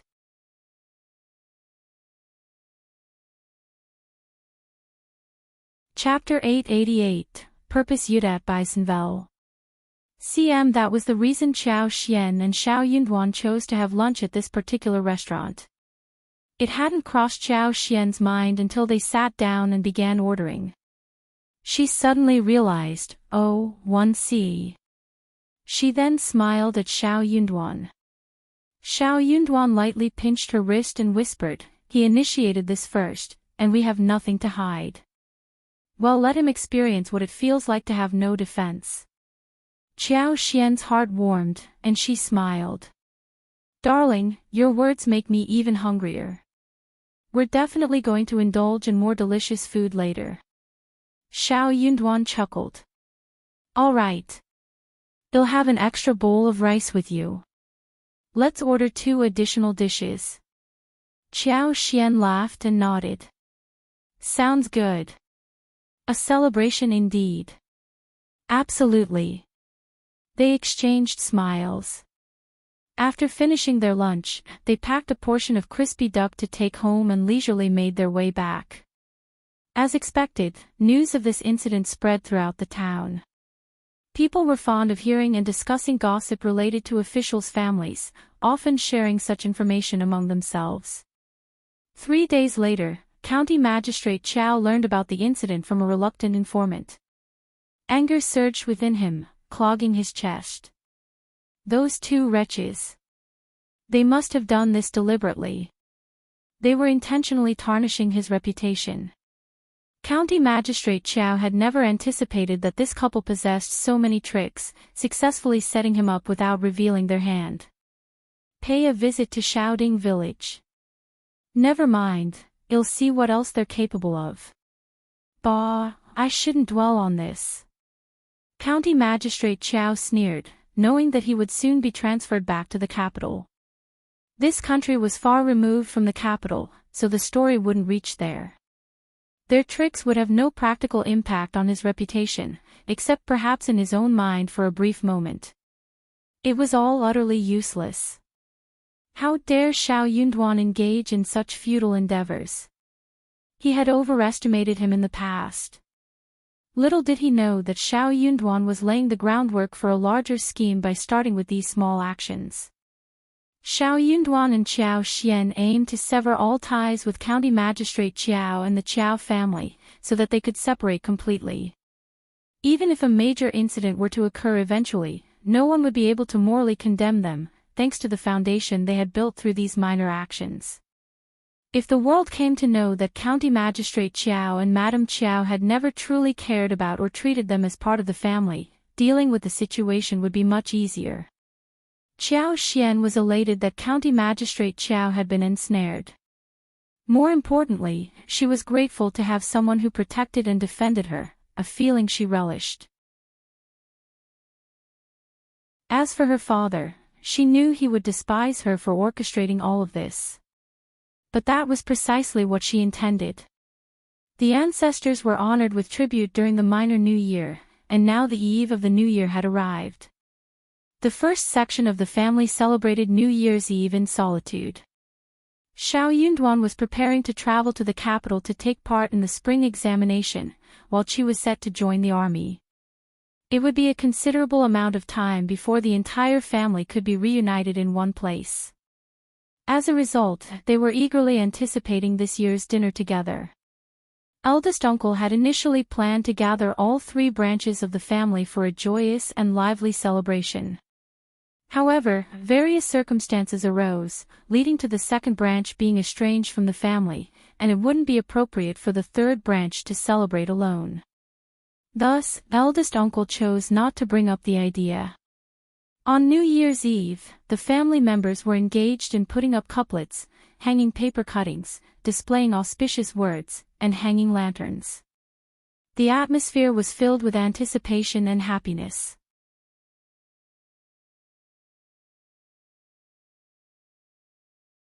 Chapter 889, extra many people Yudat by Senvel.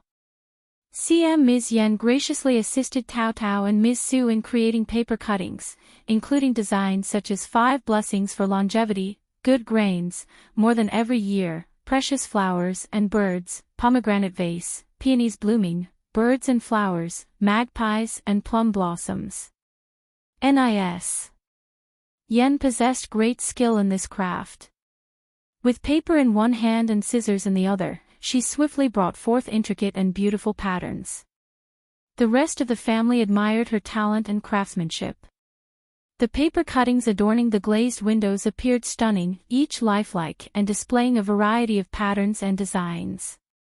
A string of red lanterns hung gracefully under the eaves of the corridor. Round in shape, neither too big nor too small, they were adorned with golden tassels. When lit at night, their gentle red glow cast an auspicious and festive ambience throughout the courtyard. Shao Yunduan took on the task of writing the couplets, meticulously crafting them on red paper. Over the years, Shao Yunduan had shouldered this responsibility. In fact, he had even helped numerous villagers with their couplets as well. This year, many people sought his assistance. After all, Shao Yunduan was no longer just a cultivated talent, he had achieved the esteemed title of provincial champion. Though the act of writing remained the same, the significance held greater weight. Couplets penned by a provincial champion undoubtedly brought more auspiciousness than those written by a cultivated talent. Furthermore, if Shao Yunduan were to ascend to the ranks of an advanced scholar or become an official, he would not readily distribute couplets. Perhaps only the land officer and certain elderly men within the clan would receive them, while other families would refrain from making such requests out of respect for government officials. However, Shao Yunduan did not decline any requests this time. The atmosphere in the village was filled with joy and excitement as people gathered around a table that was brimming with guests. There was a constant flow of visitors entering and leaving the first branch of the family's house. In the past, some individuals would seek out Shao Lulang to write couplets alongside Shao Yunduan. As a result, Shao Lulang would receive more guests. This was because the first branch of the family never boasted about Shao Yunduan, while Ms. Ma and third uncle continuously praised Shao Lulang. This led people to believe that he was superior to Shao Yunduan, resulting in more guests seeking his services. However, no one approached the third branch of the family to request couplets. Honestly, couplets written by someone who hadn't passed the examination were never on par with those crafted by a provincial champion. Only those lacking discernment would seek couplets from someone other than the provincial champion. Ms. Ma and third uncle had eagerly anticipated villagers seeking their couplets, as it was a day they took immense pride in. They simply relished the praise and the sight of others feeling envious. But this year, no one came knocking on their door. And as they saw 2 individuals walking by, it soon became apparent that they were merely passers-by. The couple grew increasingly frustrated. "Don't you need couplets?" they grumbled. "What nonsense!" It was clear to them that everyone was headed to the first branch of the family to acquire couplets. The villagers were all so eager and interested. The couple muttered curses under their breath, their worry for their son weighing heavily on their minds. Indeed, Shao Lulang wore a frown as he surveyed the empty courtyard. Despite being up early that day, he couldn't help but feel disappointed. After all, he had secluded himself in his room for days.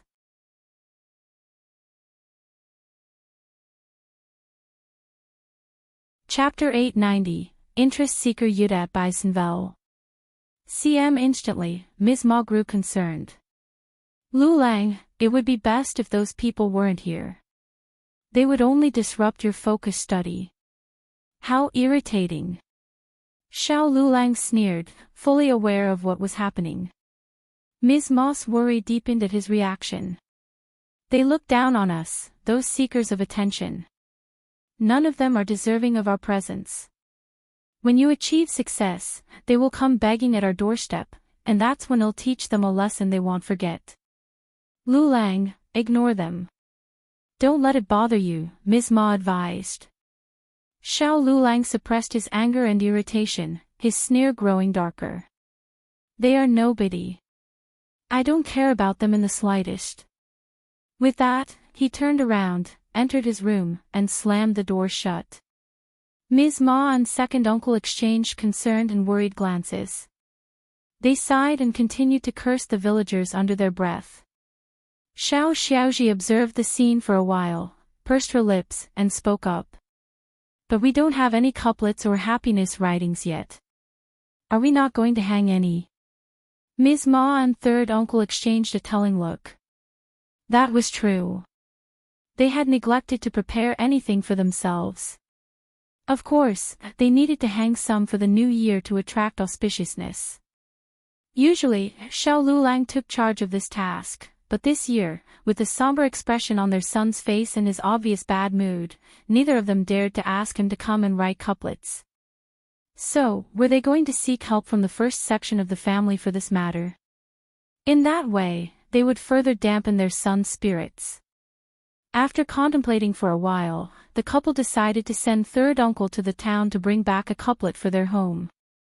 In the afternoon, when Shao Lulang emerged from his room and noticed the couplets hanging on the door, he immediately flew into a rage. However, his anger subsided upon learning that they were provided by the county.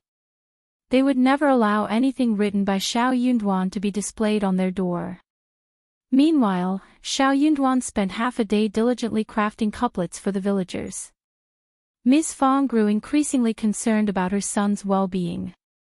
After lunch, the entire family busied themselves with the preparations for the New Year's Eve feast. They had an abundance of food stocked at home.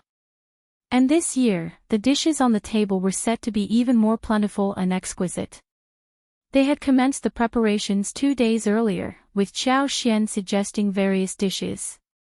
After deliberations among the family members, they finalized the menu. The grand finale of the evening's feast was the Buddha jumping over the wall, a dish brimming with delicacies from both land and sea, boasting vibrant colors and enticing aromas. Other dishes included salt-baked chicken, braised carp, chicken nuggets with soft-shelled turtle, and pan-fried lamb chops. The table was adorned with a wide array of culinary delights. As night descended, everyone gathered around the steaming dining table in the restaurant. 2 large covered charcoal pots burned inside the room, emanating a comforting warmth. The charcoal used was the special silver frost coal bestowed upon them by First Madam, which they rarely utilized. This type of coal produced no smoke or odor. To enhance the festive atmosphere, they uncorked a jar of fine wine. With the exception of the 3 children, everyone else was served a glass. Let us celebrate joyously, and may prosperity befall us all. With cups raised, the heartfelt toast evoked tears in Miss Fang's eyes. As the new year commenced, her 2 sons were embarking on their respective paths, and although she felt immense pride, she couldn't help but feel a tinge of longing. Though they were all aware of the impending separation, nobody mentioned it. They savored the delectable dishes and engaged in cheerful conversations, discussing their plans for financial success.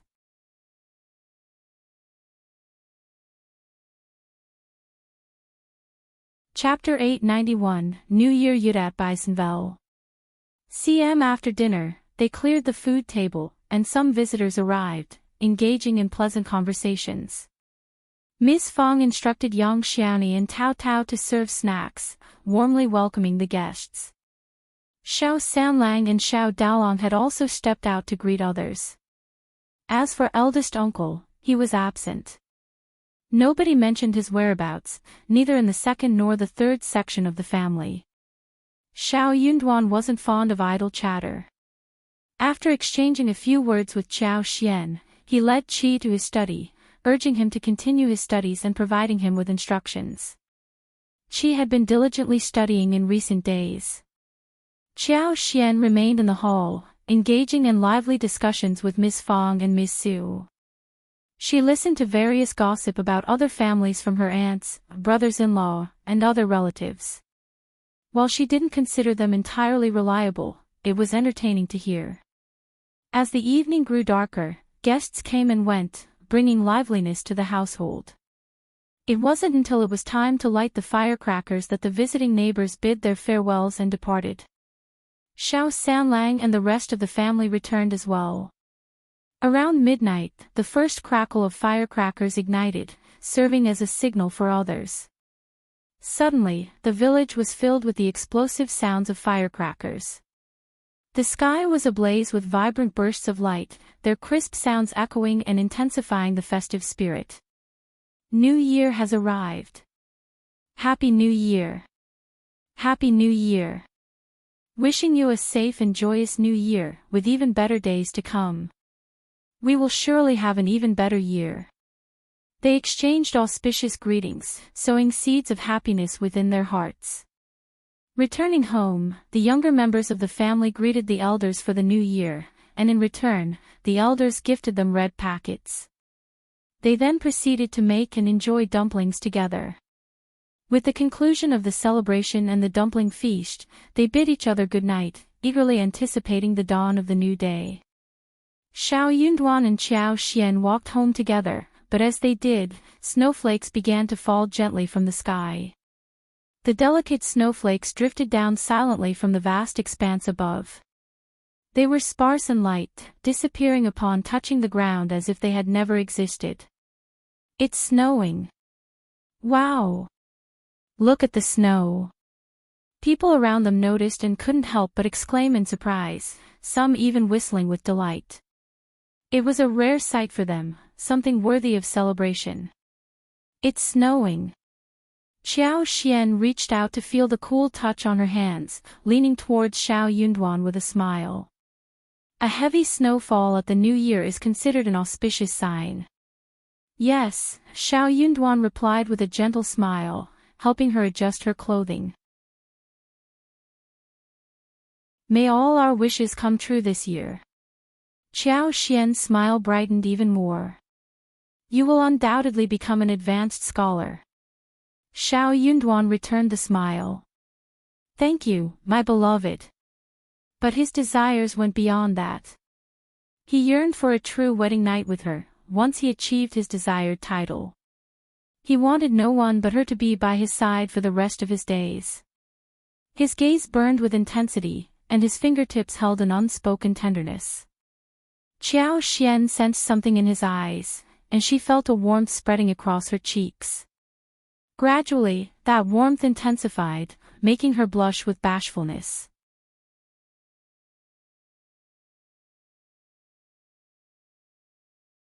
Chapter 892, Not Ready Yet by Senvel. CM Qiao Xian cast her gaze downward, her heart pounding in her chest. Suddenly, she felt Shao Yunduan's warm hand enveloping hers. A rush of heat surged through her hand, causing her cheeks to flush instantly. Darling, Shao Yunduan's soft laughter filled the air, causing Qiao Xian to startle. Instinctively, she withdrew her hand, mumbling, "It's getting late. Let's just go to bed." She didn't want to hear what he had to say next. Whatever it was, she wasn't ready to face it yet. Okay. Shao Yunduan chuckled. It is getting late, let's rest. Qiao Xian felt a tinge of strangeness in his words. She hadn't meant anything other than going to sleep, but his tone seemed to imply something more. Her blush deepened, and she shot him a playful glare before turning away and leaving. Shao Yunduan chuckled softly. Qiao Xian's face grew even hotter. She hurriedly increased her pace, slamming the door shut behind her. Shao Yunduan looked up at the dark sky, a contented smile on his lips, and made his way to the bedroom. After all, she was his wife, and there was no need to rush. On the first day of the new year, joyous greetings filled the air as relatives paid their annual visits. Nis. Fong had anticipated a large number of relatives visiting them this year, so she quickly prepared herself and her daughters-in-law for the occasion. She also gave instructions to her sons and daughters-in-law on how to handle themselves. The most important rule was not to make any promises or misuse their power in a way that would tarnish Shao Yunduan's reputation. On the second day of the new year, Miss Fong, as the mother-in-law, allowed her daughters-in-law to visit their respective homes, but she herself did not return to her own home. Qiao Xian, not bound by tradition, chose to stay at home instead. Only Ms. Su, Shao Daolong, and their 3 children went back to Ms. Su's home for a visit. From the 3rd day of the new year onward, various relatives and friends began to visit their household. Nis. Fong warmly welcomed them together with her daughters-in-law.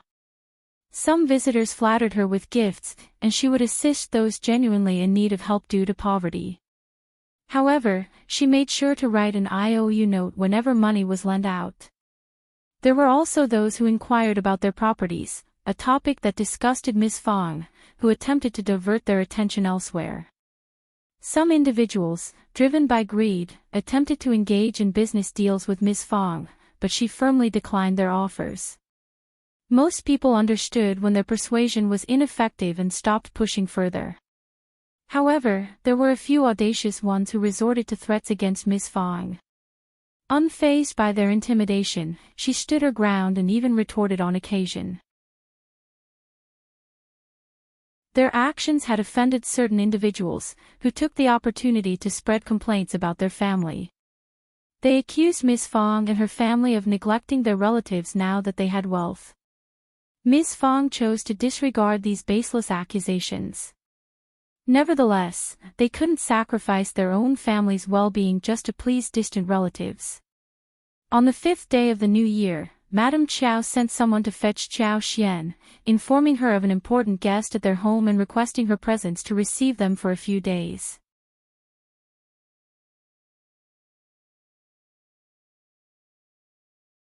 Chapter 893, Qiao Mansion Yudat by Senvel.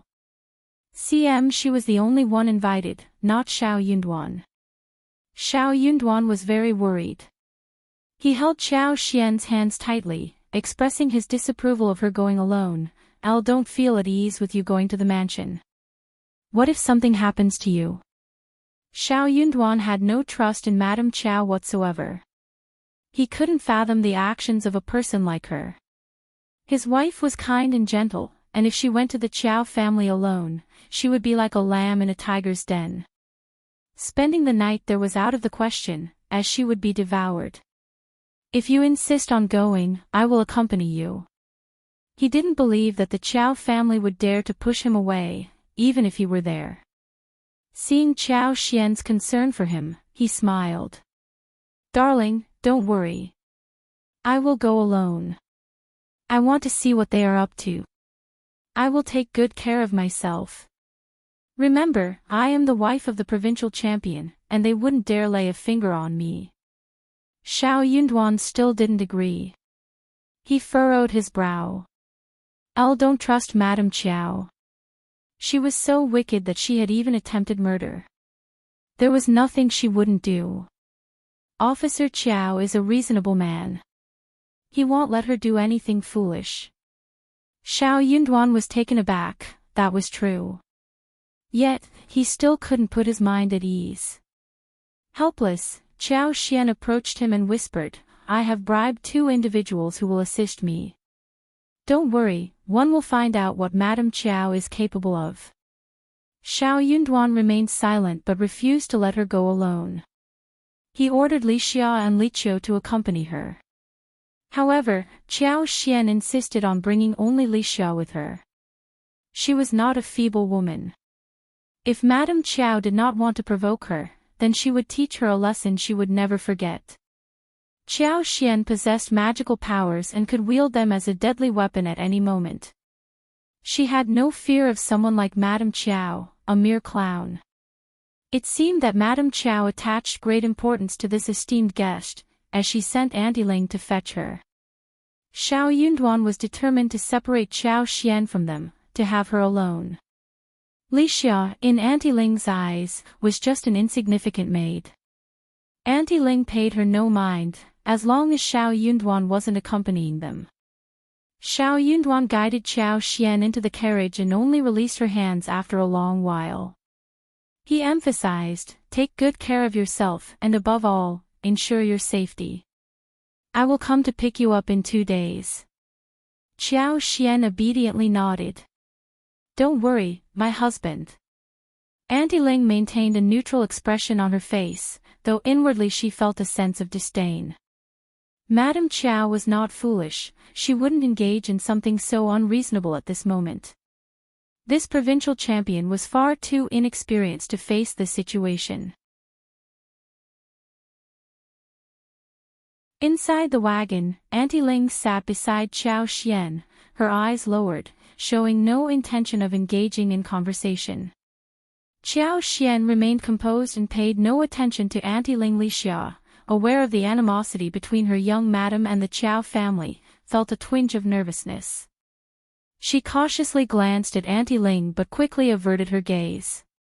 Upon arriving at the Qiao mansion, Auntie Ling led Qiao Xian and her maid to the courtyard, set down the luggage, and went to meet Madame Qiao. Madame Qiao was engaged in conversation with a lady of similar age, while Qiao Wei and a few maids from both sides were also present.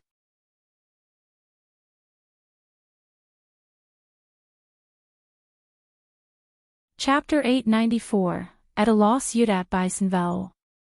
As Qiao Xian entered, 7 or 8 pairs of eyes turned towards her, giving her a meaningful gaze. The Qiao family was clearly conveying a message through their looks. Qiao Wei wore a proud expression on her face, relishing in Qiao Xian's discomfort. Qiao Xian couldn't comprehend the situation, she just couldn't grasp it. With outsiders present, everyone maintained a facade of respect towards one another. Qiao Xian stopped fixating on Madame Qiao and greeted her with a smile. Madame Qiao reciprocated the greeting and introduced the lady. This is Madame Tang, you can address her as Auntie. Madam, this is my second daughter, Qiao Xian. I apologize for not raising her properly. Madame Tang forced a smile. Madame Qiao, you jest, Qiao Wei interjected, yes, mother, it's all a matter of destiny. Qiao Wei, enough. Madame Qiao snapped, giving her a stern glare. Qiao Xian was bewildered. She didn't care for the enigmatic conversation, but she greeted Madame Tang politely. Madame Tang returned the smile and Madame Qiao instructed her to take a seat. The two ladies engaged in polite conversation while Qiao Wei and Qiao Xian sat next to them. Out of the blue, Madame Qiao smiled and asked, when is Shao Yunduan leaving for the capital? I've prepared his luggage, but I can't recall if he's missing anything. He's been working diligently at home lately. With a smile, Madame Tang joined the conversation, sharing stories and expressing concerns about their respective sons. Qiao Wei, wearing a smile, suggested, since County Magistrate Yang is also in the capital for the examination, Auntie Tang must have valuable experience. Why not seek her advice and save myself some trouble in the province? Qiao Xian was slightly taken aback by Qiao Wei's suggestion. She couldn't help but glance at Madame Tang. To be honest, Qiao Xian didn't sense any hostility from Madame Tang, but there was a certain probing quality to her demeanor that seemed somewhat unnatural. Qiao Xian found herself puzzled by the situation. Although Qiao Wei's suggestion was tempting, Qiao Xian believed that with the presence of the Xia family and the Yuezheng family, she had no need to seek Madame Tang's help. Also, she did not think that Qiao Wei would help her out of kindness. Qiao Xian had no idea what the mother and daughter were up to. So she stayed silent, smiled, and lowered her eyes. Madame Qiao smiled. Our Xian is a shy girl. If Madame Tang is willing to teach her, it would be an honor for her. Madame Tang couldn't tolerate it any longer. She forced a smile. I'll recall that the Qiao family is from the capital, and we need not go through so much trouble. When we are in the capital, the Qiao family will take care of us, and we will be cautious. I didn't come here to say anything. Of course, if you need any advice, second miss, I will share everything I know. Madame Qiao laughed. That's true, I apologize. Alright, Xian, go and take a break. I will have someone fetch you for dinner. Wei, keep your sister company. Understood, Mom. Qiao Wei stood up with a smile and asked Xiao Xian to leave. Xiao Xian bid farewell to the two ladies and followed Qiao Wei out. As they walked out of the yard, Qiao Wei scrutinized her from head to toe and snorted.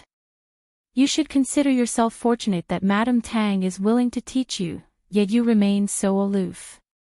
What's with the airs you're putting on?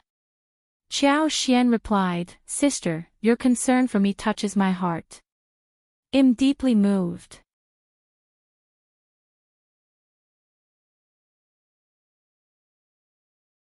Chapter 895, Evil Intentions Vel. See Omicron M, stop being so strange. You just don't know how to appreciate kindness. Rather than getting angry, Xiao Xian smiled calmly. Elder Qiao has already done your investigation for me.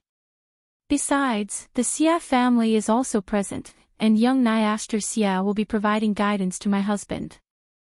I don't need to do anything further. Qiao Wei. How irritating. Xiao Xian had struck right at her heart. Qiao Wei simply couldn't understand or accept that Xiao Xian was such a detestable woman. Why did First Madam favor her so much? Qiao Wei glared at Xiao Xian and coldly remarked, Aren't you curious about who Madame Tang is? Xiao Xian had also speculated that Madame Tang was no ordinary person, and there might be some connection between them. However, she couldn't quite grasp the situation. Wasn't she curious? No. Should she ask Qiao Wei or Madame Qiao? That was unlikely. If they didn't want to reveal the truth, she wouldn't be able to do anything about it. If that was the case, she didn't need to take any further action. Sooner or later, they would disclose the information to her, as she was here. But Xiao Xian had not expected that Qiao Wei could not help but ask. Xiao Xian was amused inwardly. She threw a look at her. It is just a guest, what am I curious about? Qiao Wei burst into laughter, looking very proud. You are right. Having said that, she left angrily. She was not going to speak with Xiao Xian. She and Xiao Xian did not get on well with each other, and she was worried that she would get annoyed by Xiao Xian if she stayed any longer. Xiao Xian did not care. She went back to her own yard to take a break. The servants always had some ways to find out information, so Xiao Xian gave Lisha some money and asked her to go shopping and find out who Madame Tang was. Soon Lisha returned. Madame Tang is here with her son County Magistrate Yang from Chonglin County. It seems that County Magistrate Yang has some business to discuss with Officer Qiao, so Madame Qiao invites her over as a guest. Xiao Xian's heart skipped a beat. So that was the case. Wasn't County Magistrate Yang the original host's fiancée?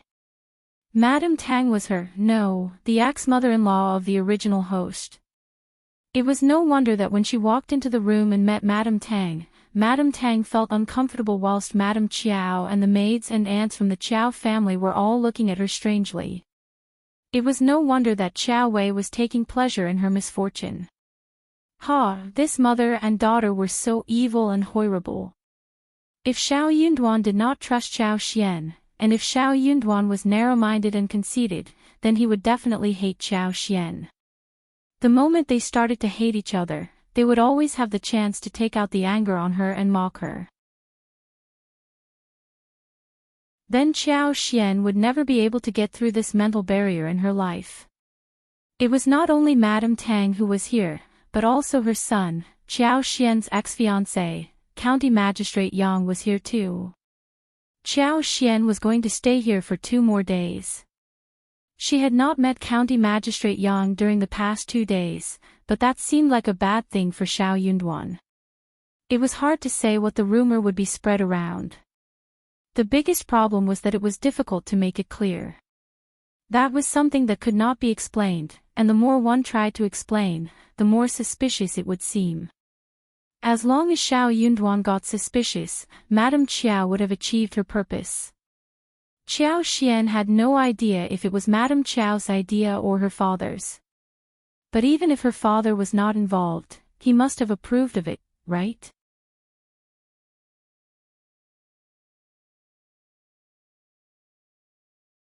Chapter 896, Ex-Mother-in-Law's Novel. See Omicron M. Qiao Xian sneered, neither of them was up to any good. Qiao Xian had never mentioned anything about her ex-fiancé, so Licia had no idea either about what was going in her mind right now. But now Qiao Xian decided to tell her the truth. Because even if she did not say a thing, Licia would soon know about it. Licia, do you know who Madame Tang and her son are? I don't know. Licia was confused. What did her miss mean? Qiao Xian smiled. County Magistrate Yang is my ex-fiancé. That is to say, if County Magistrate Yang and I had not broken off the engagement, Madame Tang would have been my mother-in-law. What should we do? Miss, County Magistrate Yang is here too. What if fifth young master misunderstands us? Licia got anxious instantly. Look, even if Licia was just a maid, she still understood the pros and cons. We are here and can't leave so easily. Also, what is there to be afraid of? But I know what is going on, and one have to do something about it. Go to Mingren Tang Clinic and tell Manager Qin about this, and ask him to get someone to Shouting Village to tell my husband about it, too. Okay, I will do that now. Very good. No one stopped Qiao Xian when she asked Licia to go out and buy stuff for her. Soon Licia arrived at Mingren Tang and passed on Qiao Xian's message. Manager Qin, who had been hoping for Qiao Xian and the Shao family to provide him with quality herbs, was taken aback when he heard the words. He couldn't help but curse Madame Qiao for her wickedness. Don't worry, Miss Licia, I will go up to Shouting Village now. I will go there personally. The fewer people who knew about this, the better. There would be some confusion when the message was passed around, so he might as well go there personally. Licia thanked him and replied to Qiao Xian. What Qiao Xian had not expected was that Lu Yan would have sneakily told her who Madame Tang was. Shao Yunduan let out a sigh of relief when he heard the news in the intermediate of Shouting Village. Shao Yunduan thanked Manager Qin with a smile, which surprised Manager Qin. But seeing that Shao Yunduan trusted Qiao Xian, Manager Qin let out a sigh of relief. He had a very good impression of Qiao Xian, and he admired her deeply. So he hoped that she and Shao Yunduan could get on well. Shao Yunduan did not seem so bothered. The unknown should have been the scariest thing.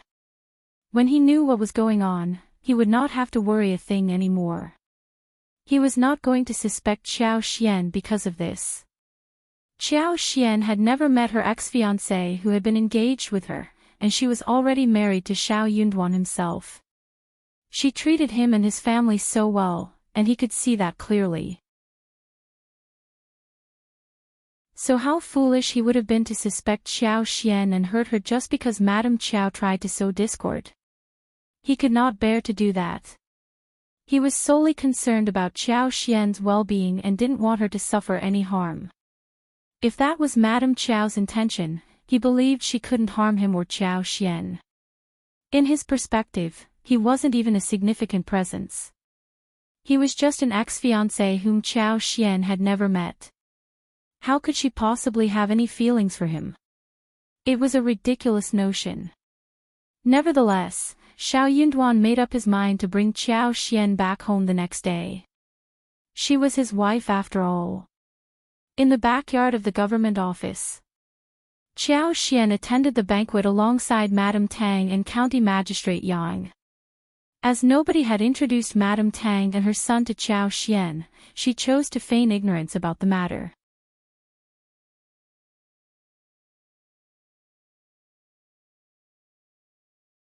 Chapter 897, Mrs. Tang's Displeasure's Novel.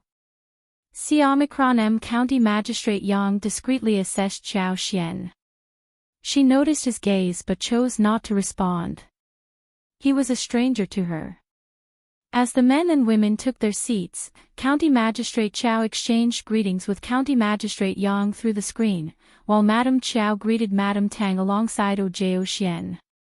Once the banquet began, Madame Qiao wore a bright smile and welcomed their guests warmly. Madame Tang reciprocated the greetings but avoided direct eye contact with Qiao Xian. Occasionally, their eyes met briefly before Madame Tang looked away.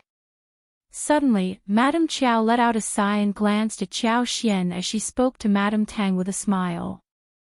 Our old master will be transferred back to the capital in a few months. It may be challenging for our families to meet again, which is why he believes it's important to treat Madame Tang and Officer Yang well before we depart. After all, we could have become relatives.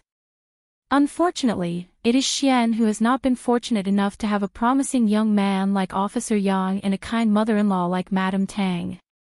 Upon hearing Madame Qiao's words, Madame Tang felt a slight sense of relief. She smiled and replied, "That is all in the past, Madame Qiao. There is no need to mention it anymore." Madame Qiao continued with a smile, "You're right, we should not dwell on the past. It was an unexpected turn of events, but I'm glad old master and I are reassured. Even if we can't become in-laws, we can still get to know each other. Perhaps when Officer Yang is promoted to the capital in the future, we can develop a closer relationship." Having an additional friend meant having another connection within the court. No one would willingly offend their peers unless it was absolutely necessary. Madame Tang was well aware of this, so she quickly engaged in a friendly conversation with Madame Obo. Initially, Madame Tang did not hold a high opinion of Qiao Xian, her son's former fiancé, after he passed the imperial examination.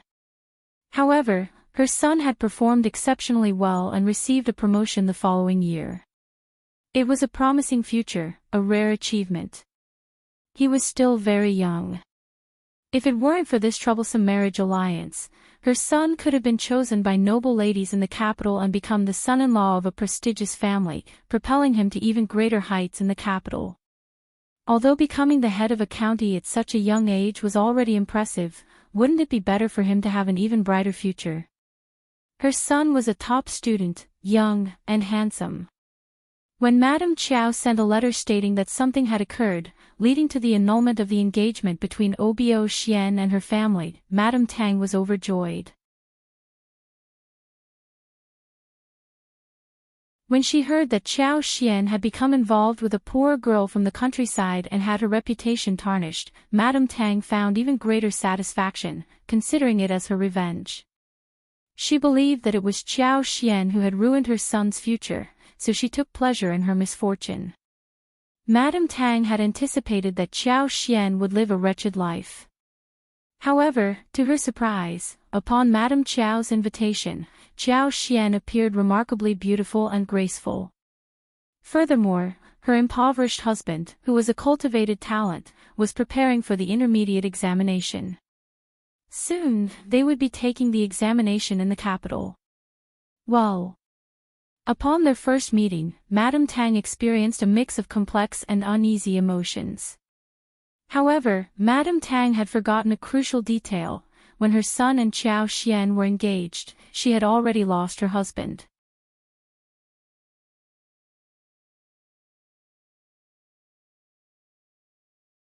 Chapter 898, Forgotten Sinvel.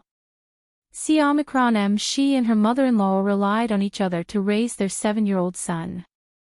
And Qiao Xian's birth mother had provided the necessary capital of 60 liang, and they would have struggled to support their son's education. The local bullies would have taken advantage of their vulnerability and seized their land. Their lives would have taken a completely different path.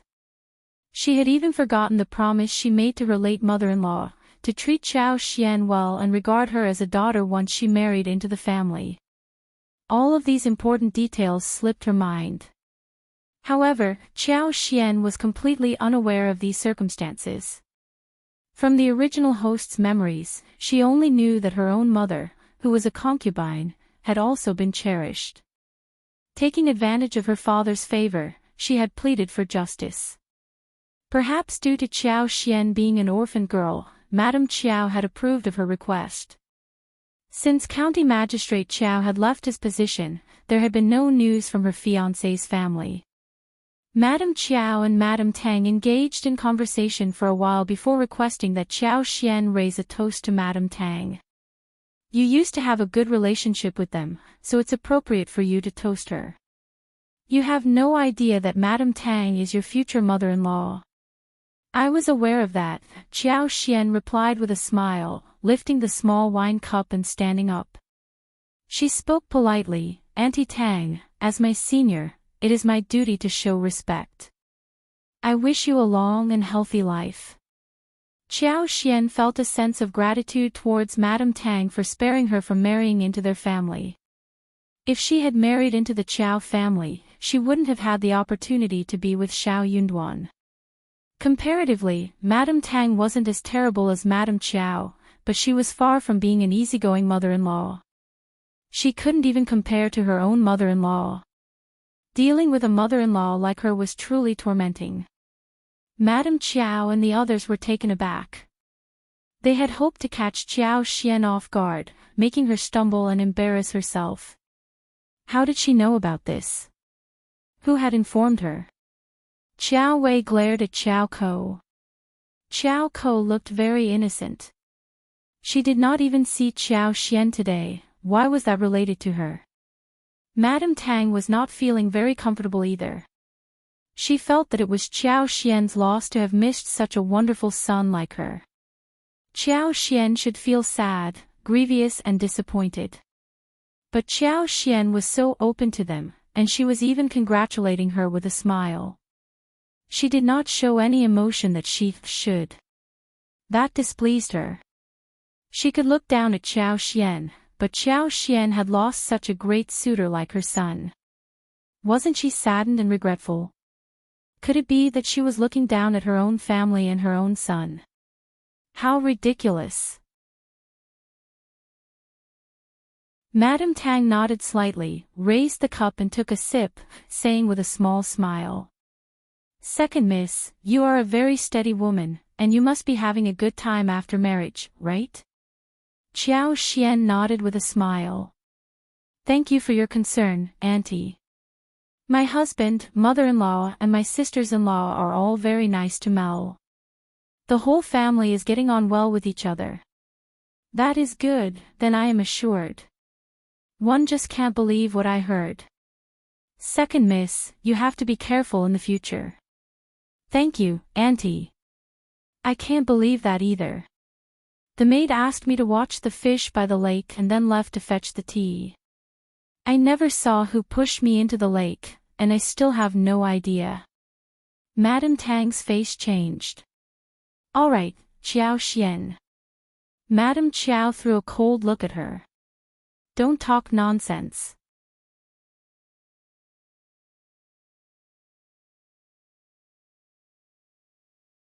Chapter 899, Shao Yunduan's Care Zeros and Vel. CM Qiao Wei sneered. Indeed, it was you who fell into the water and made up an excuse. Who pushed you into the water? Don't talk nonsense, you must have misunderstood. Qiao Xian had confronted Officer Qiao about the incident and had even pointed at Madame Qiao, but without evidence, Madame Qiao would never admit her wrongdoing. However, County Magistrate Qiao must have started to harbor suspicions as well. Qiao Xian smiled. I'm not a fool. I know perfectly well whether I tripped and fell or was pushed from behind. I don't need any evidence. How absurd. Besides, that's all in the past, and there's no need to dwell on it. Madame Qiao's expression turned cold. You've said your piece, and there's no point in saying anything further. Madame Tang grew anxious. Subconsciously, she began to suspect that there was something more to the situation. Subconsciously, she started to fear and be on guard against Madame Qiao. Qiao Wei chimed in. You must have misunderstood. Qiao Xian smiled but remained silent. The atmosphere at the banquet became increasingly tense, as the whole incident was stirred up. Madame Qiao dared not say anything more. She could sense that Qiao Xian was a woman capable of causing trouble. Continuing the conversation would only escalate matters. Having spent a few days living with County Magistrate Yang and his mother, that was all she needed. It was enough. She didn't believe that Shao Yunduan would remain indifferent. The moment this thorn was embedded in Shao Yunduan's heart, it would fester and grow. One day, it would be the downfall of this woman. This woman was destined to marry a peasant and lead a wretched life. She didn't deserve to be the wife of an official. The banquet continued in an atmosphere of forced friendliness. Once the banquet concluded, everyone departed. Qiao Xian took Li Xia back to the courtyard and closed the door. Li Xia let out a sigh of relief. That's enough for today, Mrs. Shao. What's our plan for tomorrow? I don't think Madame Qiao and Elder Miss Qiao are easy to handle. Qiao Xian found it amusing. Those mother and daughter were not to be underestimated. But it didn't matter. She wasn't someone to be trifled with either. Perhaps we'll leave tomorrow. Shao Yunduan would probably come to pick her up. Lixia's face lit up. That would be wonderful. The next day, after breakfast, Madame Qiao prepared to take them out. As Madame Tang was a devout Buddhist, Madame Qiao and Qiao Xian accompanied her to pay respects at the temple. County Magistrate Yang, always dutiful to his mother, rode alongside her in the wagon. As they boarded the wagon, Qiao Xian caught sight of him and exchanged a fleeting glance. In that moment, Qiao Xian quickly averted her gaze, inwardly cursing. She was far from pleased. Officer Yang was an intriguing man as well. Women were off limits, and she was a disgraced girl who was once his fiancée. Shouldn't he keep his distance? Filial piety.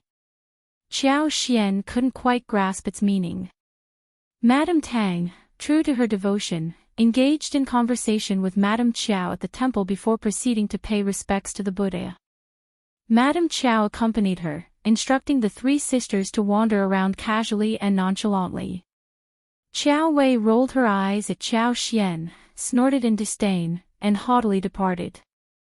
Qiao Ko pondered for a moment and obediently followed suit.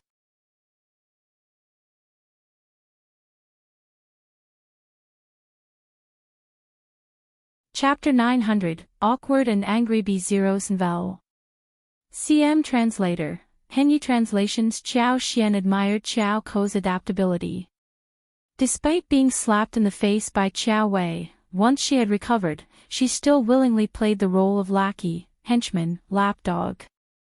The temple was rather small, with no scenic view at the back of the mountain. Qiao Xian simply passed the time under the eaves of the hall. Coincidentally, County Magistrate Yang appeared at the other end of the long corridor. Spotting Qiao Xian beneath the eaves, County Magistrate Yang hesitated for a moment before walking towards her. Qiao Xian seemed to sense something and looked up, locking eyes with him. After contemplating for a moment, Qiao Xian descended the steps and stood in the empty space in front of the hall, beckoning a passing young monk.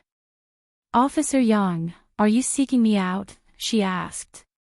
County Magistrate Yang was taken aback, forcing a smile. "I have a few words to discuss with 2nd Mississippi." "Very well," Qiao Xian nodded. "Please wait here and act as our witness."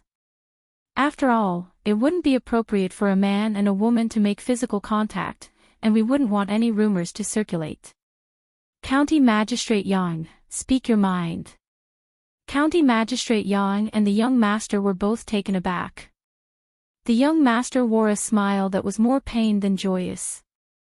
He couldn't refuse the visitor's request, but he also didn't think it was proper for him to be present. County Magistrate Yang felt a mix of embarrassment and unease. What did Qiao Xian mean by suggesting such involvement between them? Why did she think she could get close to him? It should have been the other way around, where he should maintain distance from her, right? This wasn't how things were supposed to be. He had already declined County Magistrate Qiao and Madame Qiao's invitation. He had never intended to sever the engagement, but when it was broken off smoothly, he couldn't help but feel a sense of relief. Because of this situation, he wanted to distance himself from the Qiao family. However, Qiao Xian's mother had mentioned that County Magistrate Qiao would soon be transferred back to the capital, and they could remain friends. What if their paths crossed again in the future? In the court, it was always beneficial to have more friends than enemies. Moreover, his former fiancée, the second miss of the Qiao family, was now married to a common-born cultivated talent and would no longer pester him. There was nothing for him to fear. After considering the situation for a while, he found some logic in it. More importantly, County Magistrate Yang was privy to information that his mother was not aware of. While his mother only knew that the second miss of the Qiao family had married a cultivated talent from a farmer's background, County Magistrate Yang had learned that the cultivated talent was actually the provincial champion of the recent fall quarter examination. Barring any unexpected circumstances, he was likely to become an advanced scholar next year. For some reason, County Magistrate Yang felt a mix of emotions stirring within him. Curiosity took hold, and he found himself wanting to see what his ex-fiancée and the accomplished cultivated talent were truly like. Thus, he and his mother traveled to Heshan County. Although he hadn't seen the second miss the previous day, his mother had. His mother's impression of Qiao Xian was not favorable. She described her as mean-spirited, arrogant, disrespectful towards elders, and foolishly proud. According to his mother, she was not a person with a kind heart. In retrospect, County Magistrate Yang felt fortunate that he hadn't married her. Hearing his mother's account, he couldn't help but feel a sense of relief as well. However, as they were leaving that day, County Magistrate Yang caught sight of the second miss of the Qiao family, who appeared quite different from the description his mother had given.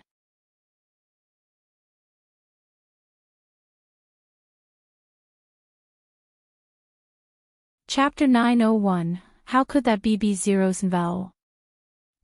He couldn't find any traces of the meanness, pride, or stupidity his mother had described in Qiao Xian. On the contrary, she captivated his attention. She exuded a calm, natural, and elegant aura that made his eyes light up.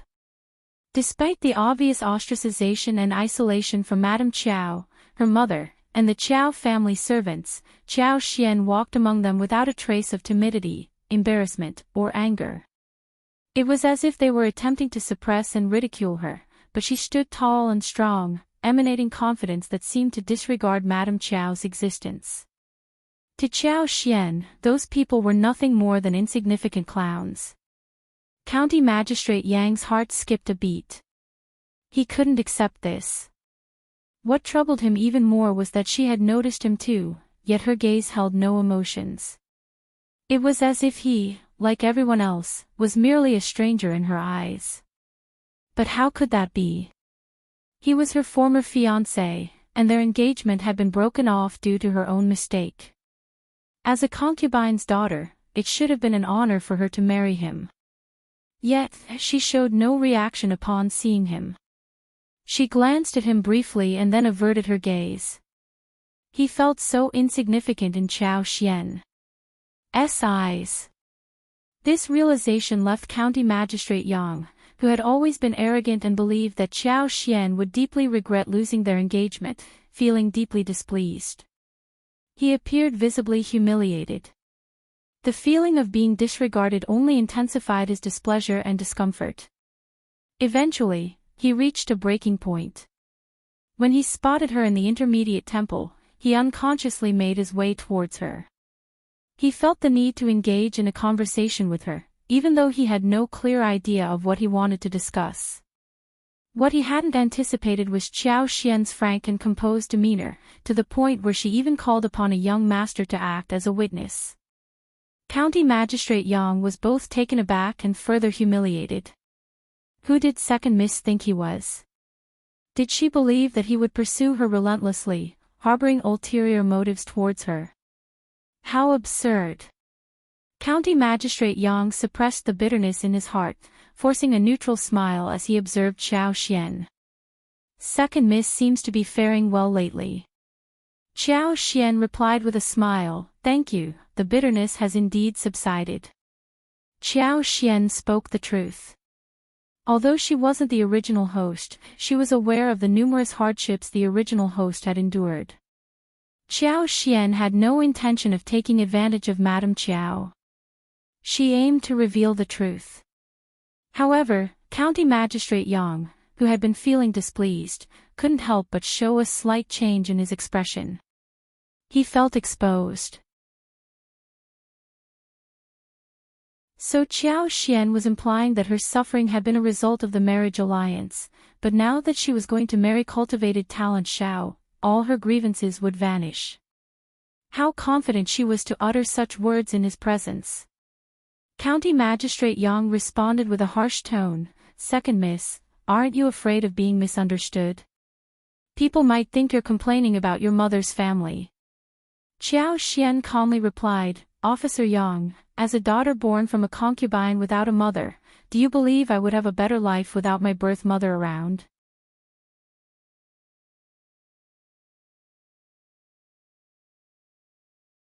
Chapter 902, Made Qiao Xian Laugh B0 CM Translator, Henyi Translations County Magistrate Yang was taken aback. He hadn't anticipated Qiao Xian to be so impolite. Qiao Xian glanced at his startled expression, noting his old-fashioned and arrogant demeanor. She couldn't help but feel relieved that their marriage had not come to pass, otherwise, it would have been an utter disaster. Officer Yang, is there anything else? If not, I'll take my leave. County Magistrate Yang couldn't tolerate it any longer. Second Miss, you seem to have a sharp tongue. You must be quite fortunate. You lack the understanding of proper parenting and should not be ignorant of the responsibilities of raising a child. County Magistrate Yang was raised by his grandmother and his mother, and he was a very filial person. He did not like what Qiao Xian said about filial piety. Qiao Xian almost burst into laughter. What did he truly know? Did he think that merely uttering the words, filial piety, gave him the right to point fingers and pass judgment? If this man had been born in the modern era and had access to a keyboard, he would have been a force to be reckoned with. Qiao Xian responded frankly, Officer Yang, what do you actually know? Why do you feel entitled to dictate my actions? In the harsh winter, I had to survive on leftovers. When I fell ill, I had to take care of myself. On the surface, I had maids attending to me, but in reality, one had to fetch my own bathwater, little by little. Even the elderly women in the household would humiliate me in front of everyone. My so-called sister would taunt me when she was in a good mood, and when she was displeased, she would scold me and take out her frustrations on me. My so-called father only lectured me a few times a year, and he never showed any affection towards me. He never valued me, Officer Yang. Can you not see the absurdity in expecting me to respect such a father? County Magistrate Yang was taken aback. He had no knowledge of these circumstances, nor could he fathom them. His grandmother and mother had always taken care of him. He found it hard to believe that the amiable Officer Obo and the kind-hearted Madame Qiao could be the kind of people that Qiao Xian described. Moreover, he was the county magistrate, and he couldn't afford to make a mistake in front of his ex-fiancée, Qiao Xian. Isn't that so? The world is filled with parents who fall short, as the sages have said. Regardless of what has happened, they have provided for you and raised you, and that is a significant favor, Officer Yang insisted firmly. But Officer Yang, it seems you have forgotten that I am their daughter, not an unrelated outsider. It is their duty to raise me well. They have not fulfilled their responsibilities adequately, Qiao Xian retorted. You're just making excuses. County Magistrate Yang retorted, his anger flaring up. That's not right. Qiao Xian took a deep breath, as if she were ready to roll up her sleeves and give this man a good scolding. She wanted to see if he had any sense in his head. But no, she couldn't waste her time arguing with someone like him. What was the point of their conversation anyway? Was he trying to make himself noticed? Qiao Xian was about to leave when Madame Qiao and Madame Tang emerged with the maids and aunts. Everyone's attention was immediately drawn to them. Madame Tang's expression changed, and she took a few steps forward. Xian, what are you discussing? Madame Tang glanced at Qiao Xian with a sharp and cautious look, as if Qiao Xian were trying to seduce her son.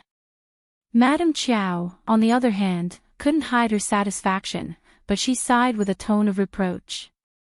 Xian, how could you bother Officer Yang?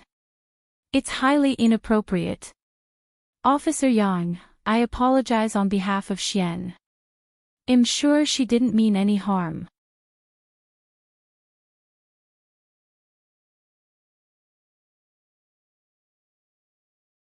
Chapter 903, Black and White B0s Novel. Madame Tang's anger escalated further, and she sneered, she knows perfectly well whether she did it on purpose or not. Madame Qiao interjected, Xian, quickly explain yourself to Madame Tang. Qiao Ko and Qiao Wei, who were also present, whispered to Auntie Hua to inquire about the situation. Upon hearing the details, they burst into laughter. Second sister, it's your own fault. You're already married, yet you still can't avoid raising suspicions. Indeed, even if you were to pester Officer Yang, what good would it do? You're simply making a fool of yourself. Second sister, you're still so careless. That won't lead to anything good. You really should work on changing your ways. Upon hearing their remarks, Madame Tang realized that Qiao Xian had not only bothered her son but also had a criminal record. This further infuriated her, and she sneered, how dare you?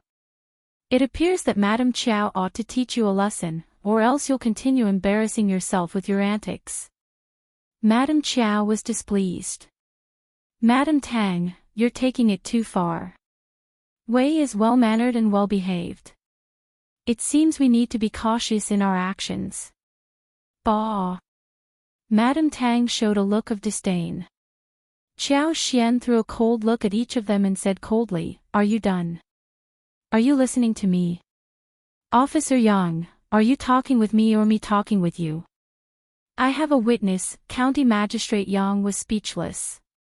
County Magistrate Yang had always been a proud person, but when Madame Qiao scolded Qiao Xian for no reason, County Magistrate Yang felt very embarrassed. It was as if they were blaming him, because he turned to Qiao Xian, not Qiao Xian to him. He could not stand to be humiliated.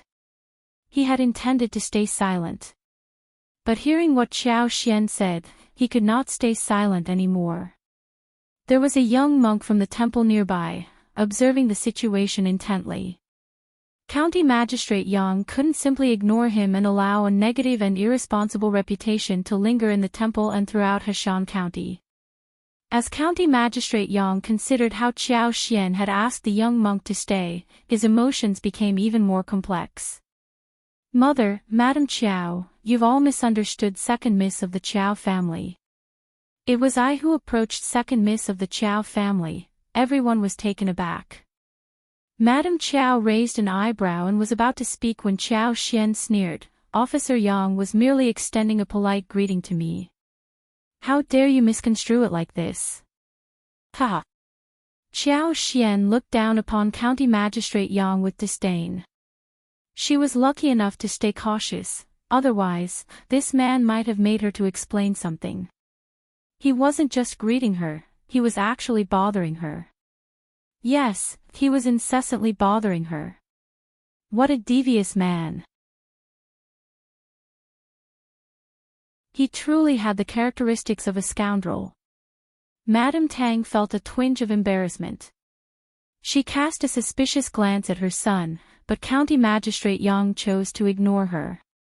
Qiao Wei sneered, Officer Yang was merely greeting you, but you're persistently bothering him and refusing to let him be.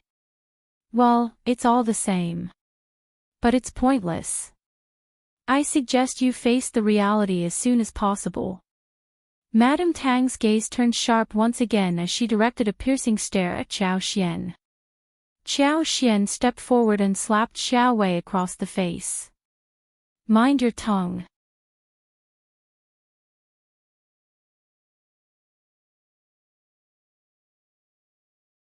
Chapter 904, Try B0's Vel. Qiao Wei was taken aback, her hands instinctively covering her face as she let out a piercing scream. In a fit of rage, she lunged at Qiao Xian, attempting to scratch her. How dare you touch me, you despicable person? Who do you think you are? How dare you lay a hand on me? What are you all staring at? Grab her and teach her a lesson. Show her no mercy.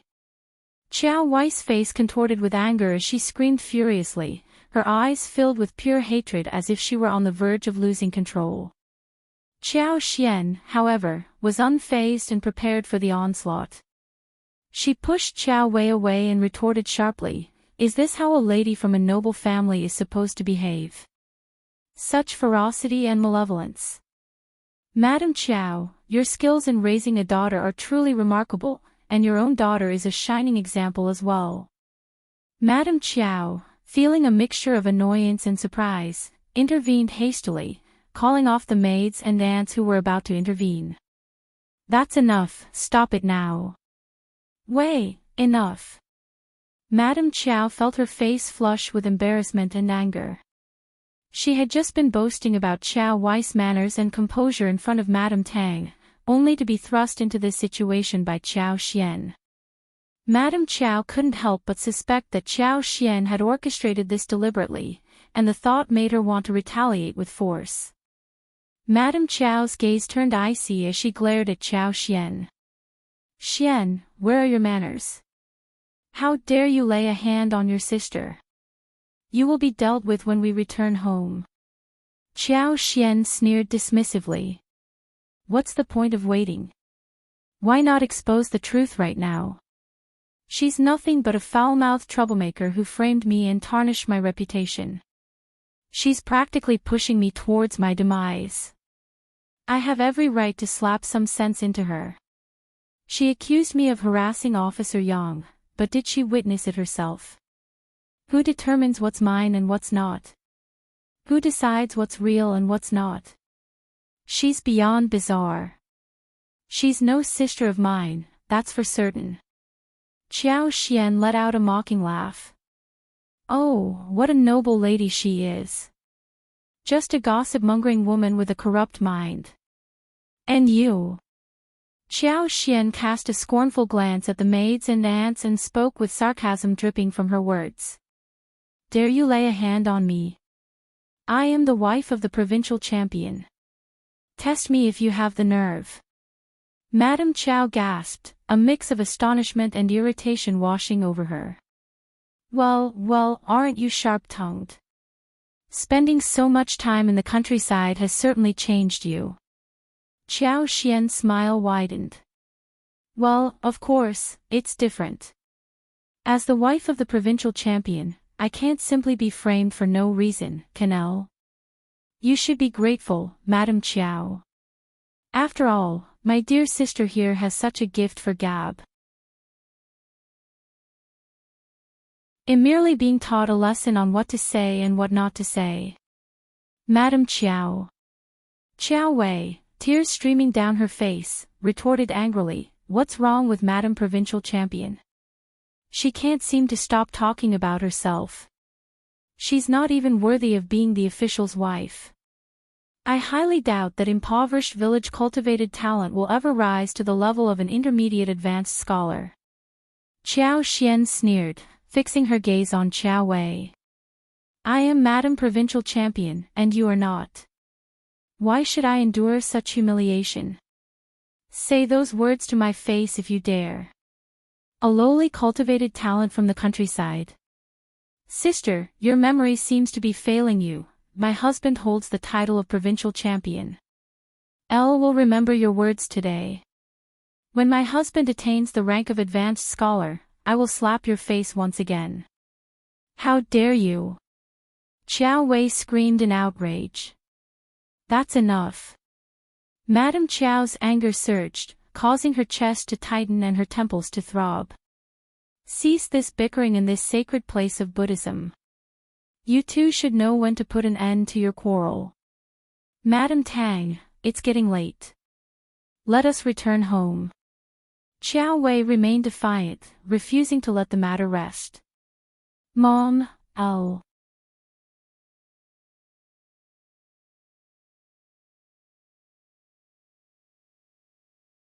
Chapter 905, County Magistrate Yang's Suffocation B0's Nvel. CM, alright, let's talk when we return. Qiao Wei stated, casting a furious glance at Qiao Xian. Her face flushed, and she refrained from saying anything further. Qiao Xian's voice turned cold as she spoke. Do you understand the situation? Firstly, County Magistrate Yang approached me on his own accord, not the other way around. There are witnesses from the monastery who can attest to this. Secondly, one reprimanded Elder Miss because of her malicious words. She deserved to be taught a lesson. Once we leave this place, let's ensure that no one distorts the truth or spreads false rumors. The room brimmed with anger as everyone present seethed with fury. Madame Qiao felt an overwhelming urge to tear Qiao Xian apart, a sentiment shared by Madame Tang and County Magistrate Yang. Internally, Madame Tang couldn't help but think that the second miss of the Qiao family had a deplorable character. She lacked gentleness, disregarded others' reputations, and lacked proper manners. She was relieved that her son had married someone different, otherwise, he would have been pushed to his limits. While it was acceptable if the provincial champion wasn't present, what if he were? She couldn't imagine her husband's reputation being tarnished by associating with such a woman. It was as if Qiao Xian was intentionally causing trouble for him. Suppressing her anger, Madame Qiao sneered, "You are indeed a straightforward individual, and no one can dispute that." Qiao Xian retorted, "Yet there is always that one person in this world who twists the truth to suit their selfish desires or out of sheer jealousy. Madame Qiao, I find solace in your words." Bah! Everyone grew bored and returned to the mansion, their enthusiasm waning. During the wagon ride, Madame Tang politely suggested to Madame Qiao that she and her son should return home the following day. A sudden slap landed on Madame Qiao's face, leaving her feeling both embarrassed and taken aback. Hearing the suggestion, she inwardly breathed a sigh of relief, no longer needing to maintain pretenses. Upon reaching the backyard of the county office, they spotted Shao Yunduan conversing with County Magistrate Qiao. Spotting their arrival, he stepped forward to greet them. "My darling." Qiao Xian's eyes lit up as she approached him with a smile. Knowing that he would come once he learned about the presence of the Yang family's mother and son, she wasn't surprised. "Darling." Shao Yunduan smiled and held her hands briefly before releasing them. He then exchanged a knowing glance with County Magistrate Yang. Acknowledging County Magistrate Yang with a nod, Shao Yunduan politely greeted Madame Qiao. County Magistrate Yang's distress deepened, his expression turning sour.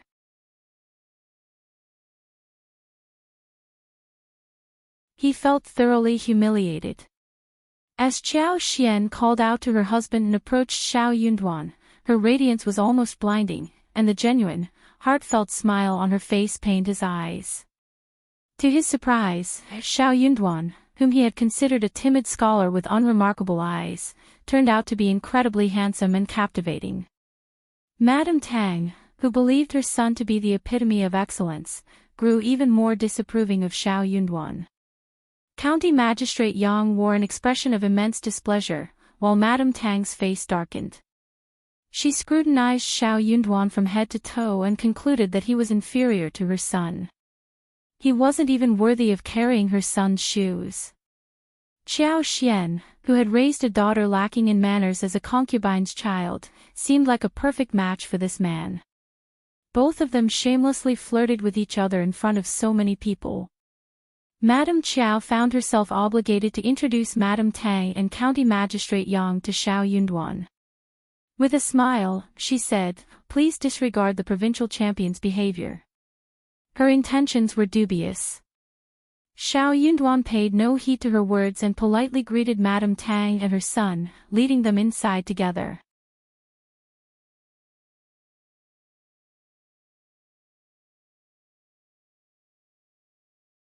Chapter 906, Shao Yunduan B0's Novel.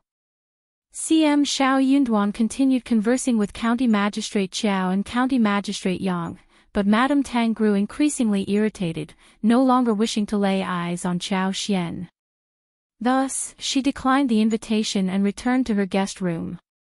She couldn't deny it, Shao Yunduan wasn't all that different from her son. What depressed her was the fact that after Qiao Xian called off the engagement with her son, she should have been wallowing in regret and misery. Yet, here she was, leading a seemingly peaceful life. It didn't make sense. What annoyed Madame Tang the most was the emotional comment made by the elderly auntie next to her. The second miss is so fortunate to have married the esteemed provincial champion. They make such a perfect couple. Madame Tang's expression changed. She would have snapped back at her, but she held her tongue in consideration of her own presence. Meanwhile, Qiao Mjei continued to cry and complain to Madame Qiao, urging her to teach Qiao Xian a lesson so she could vent her anger. Qiao Wei had initially planned to call out Shao Yunduan's name once they returned to the mansion, but now that he was present, she wouldn't dare to act so boldly. Madame Qiao shared the disappointment felt by everyone present. Qiao Xian raised her hand and slapped Xiao Wei across the face, a resounding smack that reverberated in the room. Qiao Wei, though tempted to retaliate, knew she was in the end refrained from doing so. In a shocking turn of events, it was even more like a slap on herself, Madame Qiao in front of Madame Tang. Madame Qiao observed the scene, fully aware of her daughter's temperament. She was certain that Qiao Xian would face the consequences once they returned to the mansion. With no outsiders present, dealing with Qiao Xian would be a simple task. All she had to do was feign ignorance initially and offer consolation later. She could handle the situation before her husband, making it seem like she was addressing the matter appropriately. However, the presence of Shao Yunduan complicated matters. Madame Qiao sneered inwardly. It was fortunate that he was here. The more Shao Yunduan cared for Qiao Xian, the more difficult it would be for him to accept the ambiguous relationship between Qiao Xian and County Magistrate Yang. Oh, was there really an ambiguous relationship? It didn't matter. If she said there was, then so be it. As long as Shao Yunduan believed in it, that would be sufficient. Moreover, this was just the first step. She had an enormous gift prepared for Qiao Xian. Just go home and rest. You don't have to deal with Qiao Xian right now.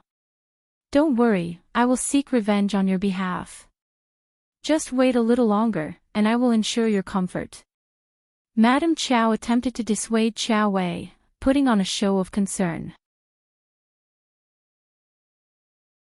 County Magistrate Qiao was receiving his son-in-law and Officer Yang, and Madame Qiao was hosting a banquet to greet Madame Tang. But Qiao Wei did not show up. She said that she was not feeling well, so she did not show up. So during the banquet, Madame Qiao asked Qiao Xian to keep Madame Tang company whilst she went to visit Qiao Wei and took Qiao Ko with her. Qiao Xian answered with a smile. Madame Tang got displeased, thinking that the Qiao family were all so unreliable. Madame Qiao left as the madam of the family and asked Qiao Xian to keep her company. What was going on? Faced with Qiao Xian, Madame Tang felt so disgusted that she lost her appetite. After a short while, Madame Tang got up and went back to her own room. When Madame Qiao was gone, Auntie Ling was still there. She smiled at Qiao Xian. Second miss, what about seeing Madame Tang off? That was how a host should be treated. Qiao Xian threw a deep look at Auntie Ling, thought for a while and realized what was going on. She did not mind seeing Madame Tang off, but Auntie Ling's request would definitely bring her trouble, even if she had no idea what Auntie Ling was up to.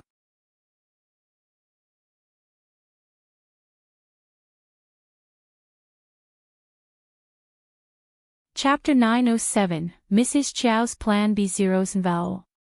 CM Auntie Ling was not the kind of person who would remind her of her own accord just to keep her from being rude. Obviously not. So even if she had no idea what was going on, she should definitely object to Auntie Ling's suggestion. Auntie Ling, you can see her off. You are Madame Qiao's auntie, and you speak for her. You are more suitable than me. Auntie Ling stiffened and said seriously, "Second miss, don't joke around. I am just a servant, not a madam. That is not how it should be done. That is not true. Everyone knows that Madame Qiao can't live without Auntie Ling. She has to rely on Auntie Ling, you, for everything." "No, second miss, don't say that." "Oh, Auntie Ling, are you feeling shy about it?" Madame Tang felt thoroughly perplexed. What was happening between these two individuals? Were they looking down on her? Why were they suddenly showering her with flattery in her presence? What was the underlying meaning behind it all? Madame Tang sneered and decided to leave without uttering a single word. Regret surged within her, realizing that she should never have accepted Madame Qiao's invitation to visit Heshan County in the first place. Witnessing Madame Tang's departure, Auntie Ling deemed it inappropriate to give chase. With a cold tone, she addressed Qiao Xian, "Second miss, you are displaying an arrogant attitude. Since you are aware of my presence here to attend to Madame, you should acknowledge that my words reflect Madame's intentions. While you may not be physically present, it doesn't mean you can disregard my authority. Second miss, you will have to explain this to Madame at a later time." Qiao Xian narrowed her eyes and focused her gaze on Auntie Ling. "Is Madame Qiao planning something by requesting me to escort Madame Tang home?" Auntie Ling grew startled. "Second miss, please refrain from speaking nonsense." Qiao Xian chuckled. "It appears that I have guessed correctly.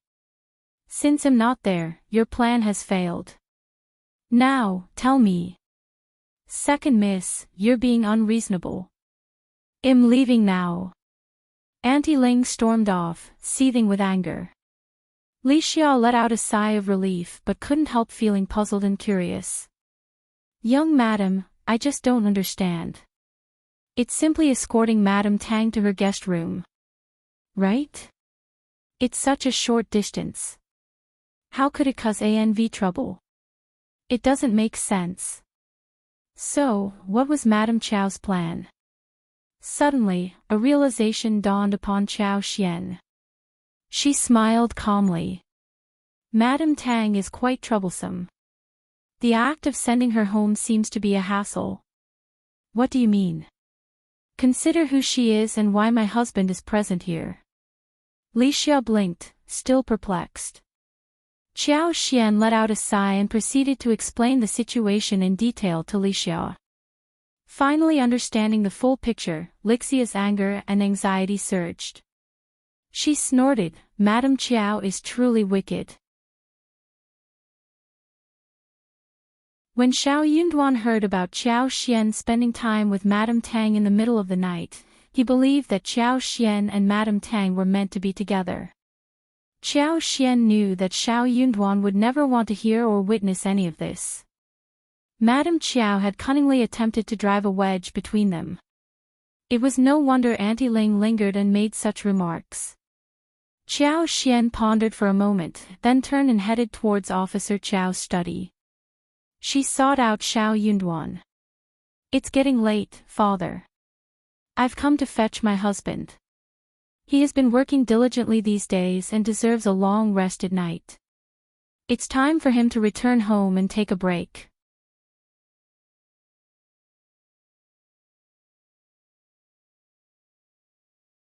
Chapter 908, Misfortune B0's Vel. CM Shao Yunduan promptly stood up and spoke with a smile. "Father-in-law, Officer Yang, my wife is here to fetch me. I'll take my leave now." County Magistrate Qiao frowned, expressing his dissatisfaction. "Xian, you're so foolish. A woman should be gentle and virtuous, not casually and indifferently meddling in her husband's affairs. Shao Yunduan responded, "Father-in-law, my wife cares about me, and one appreciate that. Please don't blame her, she hasn't done anything wrong." Officer Qiao remained silent. He had such good intentions. He was trying to guide his daughter-in-law, but now he was undermining his own reputation. They were not a harmonious couple in his eyes. "In that case, you may depart now. I'll bid you farewell." Shao Yunduan respectfully cupped his hands and left alongside Qiao Xian. County Magistrate Yang couldn't help but feel a pang of heartache as he witnessed the two departing hand in hand. He had come here to assert his superiority, yet he was the one feeling provoked instead. He even began to suspect that the Qiao family's second miss had been having an affair with provincial champion for quite some time, allowing them to fly away together. The more he pondered on it, the more plausible it seemed. He was on the verge of impulsively questioning County Magistrate Qiao about it. If it was their plan, County Magistrate Qiao would either be unaware of it or keep it to himself. There was no need for him to humiliate himself. But within County Magistrate Yang's mind, he had already made a firm decision. He was determined to have a brighter future than Shao Yunduan. He would attain a high position where Shao Yunduan could only look up to him. He was going to make Qiao Xian regret her decision. Inside the room, Shao Yunduan gazed at Qiao Xian, placing his hands on her shoulders. "Did you feel wrong today?" Qiao Xian shook her head and chuckled. "Of course not. I always say that I am Mrs. Provincial Champion. It annoys them so much, hee hee." Shao Yunduan couldn't help but laugh, his gentle demeanor shining through. "You are indeed Mrs. Provincial Champion, the one and only." "Yes," Qiao Xian proudly smiled. "There will never be another Mrs. Provincial Champion in the Qiao family. They are just envious of me." Shao Yunduan laughed and couldn't resist pulling her into his embrace. Her face nestled against Shao Yunduan's chest, and the cool touch sent a slight shiver through her body. The spot where they made contact began to warm, and she could distinctly hear his strong and steady heartbeat, even through their layers of clothing. Qiao Xian felt her ears growing hotter and hotter, and her face flushed with warmth. Pushing him away. That was too much for her to bear. She couldn't bear the embarrassment of reciprocating the hug. Subconsciously, she held her breath, frozen in place, afraid to make any movement. Shao Yunduan was taken aback as well. He didn't overthink the situation. He was simply overwhelmed with excitement and couldn't resist embracing her. Only now did Qiao Xian realize what she had done. Guilt washed over her. They had made a promise that until she fully accepted him, he would respect her boundaries and never push her or make her uncomfortable. But was she really pushing him away? It was just too sudden. Shao Yunduan wanted to hold her tighter, but he felt a sudden hesitation. There was a voice inside him telling him to let her go, but he couldn't bring himself to do it. A delicate fragrance enveloped the woman's body, so pleasant to the senses. Her waist was slender and soft, igniting the imagination and prompting thoughts about the sensation of their skins touching.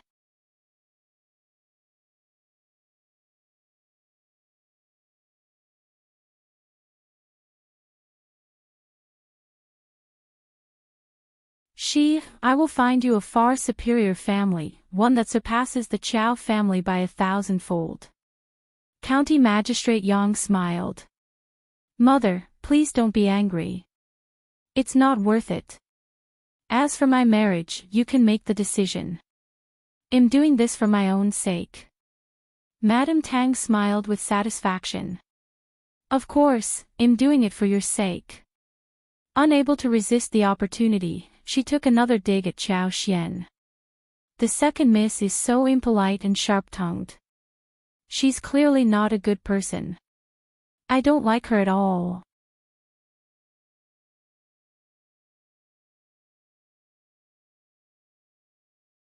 Chapter 9-10, Nothing Be Zeros Nvel.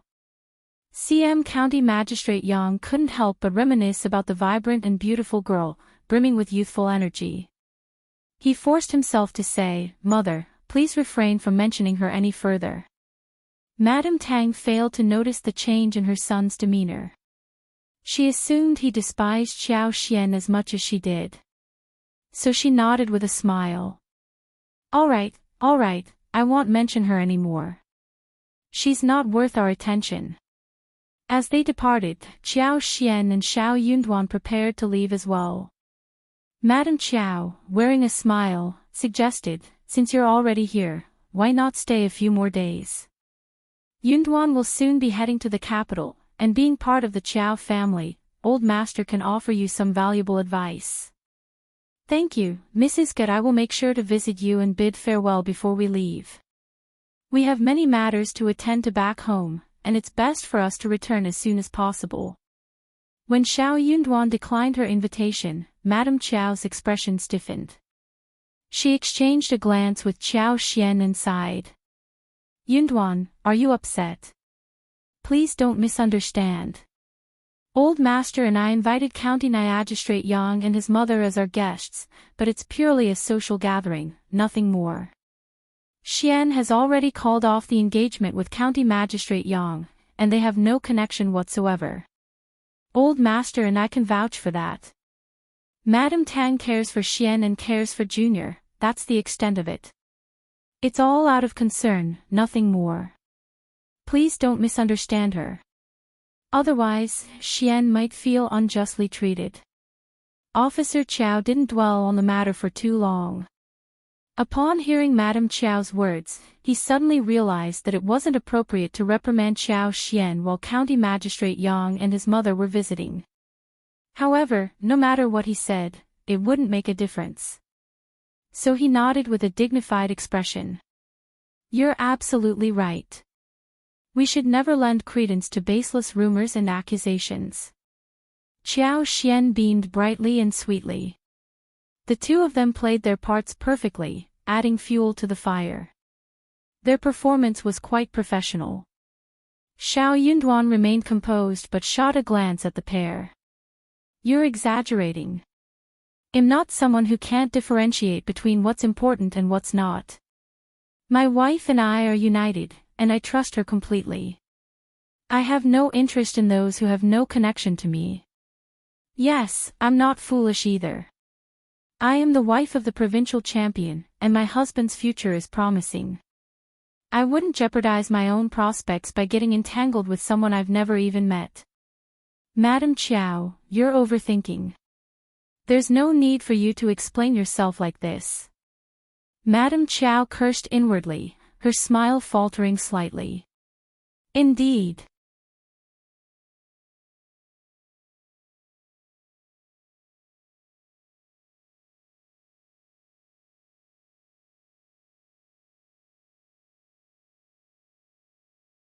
Since there were plenty of fish but no shrimp at home, the two of them decided to take their time and catch 3 to 4 catties of large shrimps. They put the shrimp in a bamboo basket and kept it within the confinement before heading home. Qiao Xian and Shao Yunduan were discussing the planting plan with a smile on their faces. With their departure scheduled for mid-February, they had limited time remaining and needed to make a comprehensive plan to ensure everything was in order. Following the plan was relatively straightforward. However, Qiao Xian couldn't help but feel a bit down because she wouldn't be present to use her powers. Although she could individually attend to each plant before leaving, she would still miss the opportunity to use her abilities from time to time. She wondered how the roses, pomegranate flowers, monthly flowers, and cinnabar flowers would bloom this year. She hoped their production wouldn't decline too rapidly. As soon as Qiao Xian returned home, the atmosphere became livelier. The scene was filled with joy and activity. The fresh prawns were used to make braised prawns and deep-fried prawn balls. They also steamed a plate of preserved fish, caught 10 small and medium-sized fish, and cooked a pot of pickled vegetable fish. Additionally, they stir-fried winter bamboo shoots and soybean sprouts, creating a balance between the rich flavors of the fish and meat consumed during the spring festival and the inclusion of vegetables.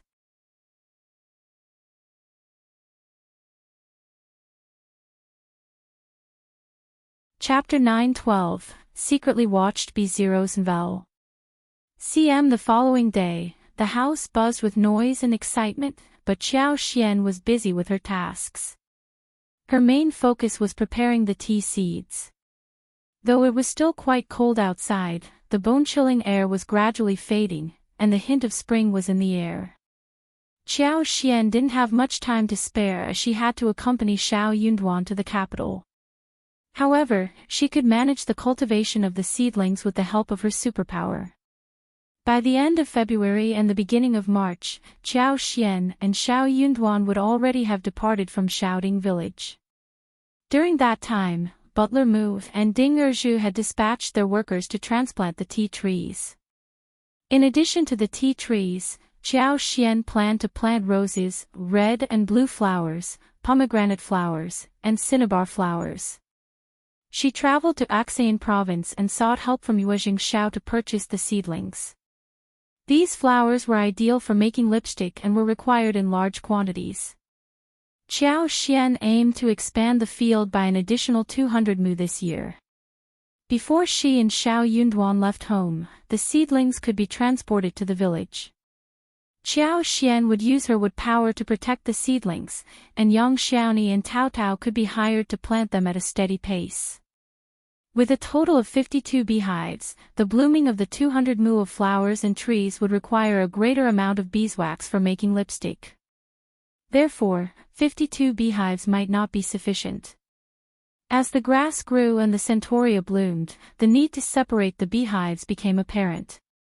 Fortunately, Qiao Xian had already taught Tao Tao and Shao Sanlang how to share the household provisions. Since Qi and Qiao Xian were not present, Qiao Xian repeatedly reminded them not to venture into the mountains in search of pre-existing wild beehives, as it would be unsafe. With 52 beehives at home, not all of them could be shared, but allocating 10 should not pose a problem. Qiao Xian made it clear that if they ran short of beeswax, it could be omitted. She considered the flowers to be more valuable than the beeswax.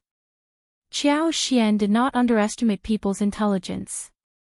News of the lipstick-making venture would spread quickly, but she anticipated that it would soon be overshadowed by other matters. The first branch of the Shao family held a prominent position in Shouting Village due to their school and the family's land donations. Moreover, Shao Yunduan's noble status and his connections with the Yuezheng and Xia families in the province made it unlikely for anyone to plot against them. However, there was someone observing them from the shadows. If people learned about the beeswax purchases, they might draw conclusions based on the shape of the lipstick. Qiao Xian contemplated the idea of monopolizing the market for a few more years, allowing her to amass a fortune. This year, they planned to cultivate up to 200 mu of cassava, which was a straightforward process. They could simply cut and plant it directly. Meanwhile, the others were responsible for tending to the herbs and fruit trees at 500 meters. Before leaving the province, they made sure to visit the papayas and dragon fruits that were planted before the new year. Unfortunately, large-scale cultivation of sugarcane, pineapples, and other crops was not feasible this year. Without Qiao Xian's superpower, even with Yuezhing Shao's assistance in transporting a substantial number of seedlings from the south, there was no guarantee of their survival or proper growth. Before they knew it, the 15th day of the first month had arrived. Following the Lantern Festival, the air was filled with the vibrant essence of spring. These days, the sun was already warm at 500 meters, and diligent families had begun transporting loads of manure into the fields. Qi, Ding Jinshan, and the others gathered in the county city on the first day of February. On the third day of February, they set off northward after assembling people from various counties in the province.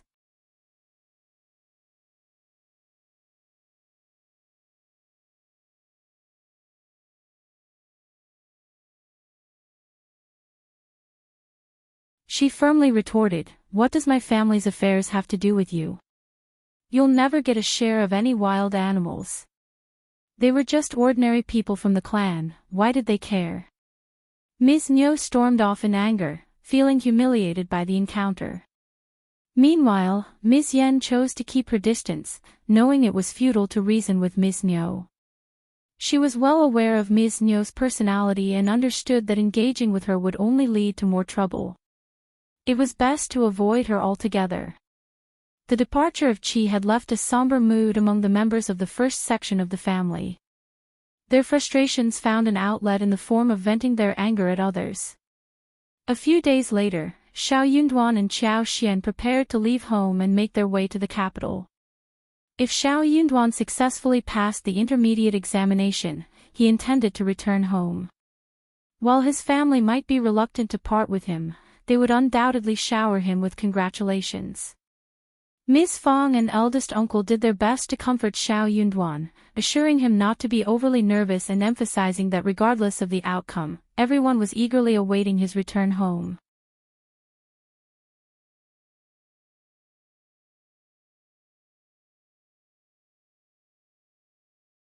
Chapter 9:14, Not Hearing B0's Vel.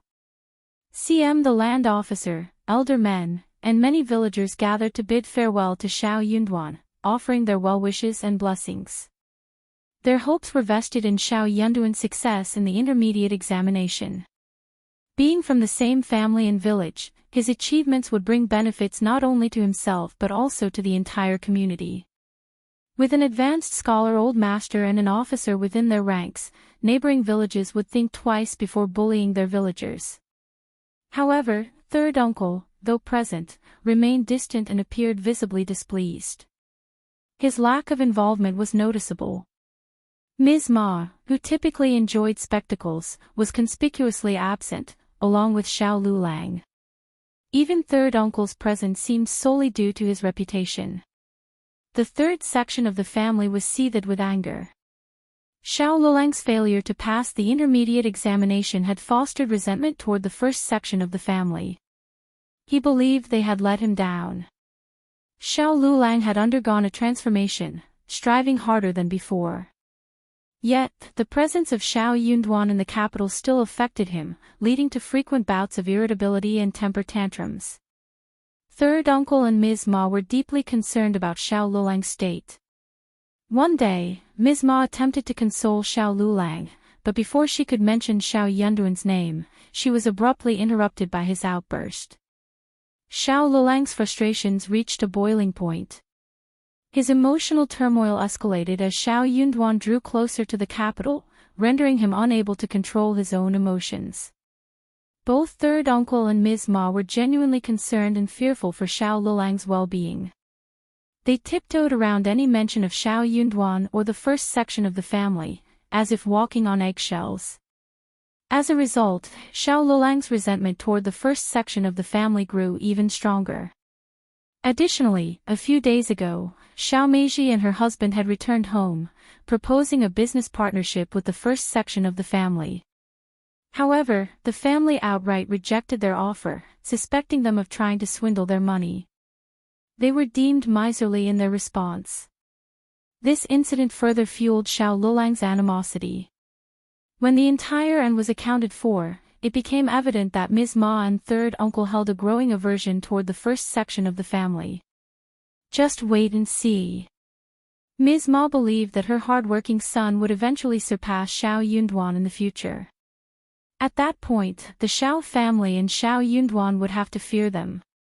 Upon arriving in the county city, Qiao Xian and Shao Yunduan made a visit to the Qiao family. County Magistrate Qiao enthusiastically insisted that Qiao Xian and Shao Yunduan should stay at the office for the night. Having eaten breakfast at home and bid farewell to their family and villagers, they arrived at a location not far away from the county city, where they would spend the night before continuing their journey to the province. Although County Magistrate Qiao tried his best to persuade them to stay, Qiao Xian and Shao Yunduan exchanged a glance and agreed. Since they were on the same side, there was no need to separate men and women during dinner. County Magistrate Qiao was in high spirits at the dinner table, wearing a bright smile as he urged Shao Yunduan to drink with him and provided him with advice for the journey ahead. He even mentioned that he would write a letter that night and hand it to Shao Yunduan the next morning. He assured him that upon reaching the capital, he could rely on the Qiao family support. Shao Yunduan responded perfunctorily, but in reality, he had no intention of seeking assistance from the Qiao family. He found his father-in-law quite intriguing. If County Magistrate Qiao was genuinely willing to offer the letter, why hadn't he prepared it in advance? Why was he writing it for him that very night? After dinner, County Magistrate Qiao invited Shao Yunduan to his study, claiming that he would provide more detailed information. However, Madame Qiao stopped Xiao Xian before she could join them. Shao Yunduan will only have one page boy to assist him while he is in the capital, and that won't be sufficient. Should you assign Li Xia or Li Qiao to accompany him? You're tuning into the Path of the True Immortal YouTube channel. Don't forget to subscribe and join us on this journey to catch the most captivating stories.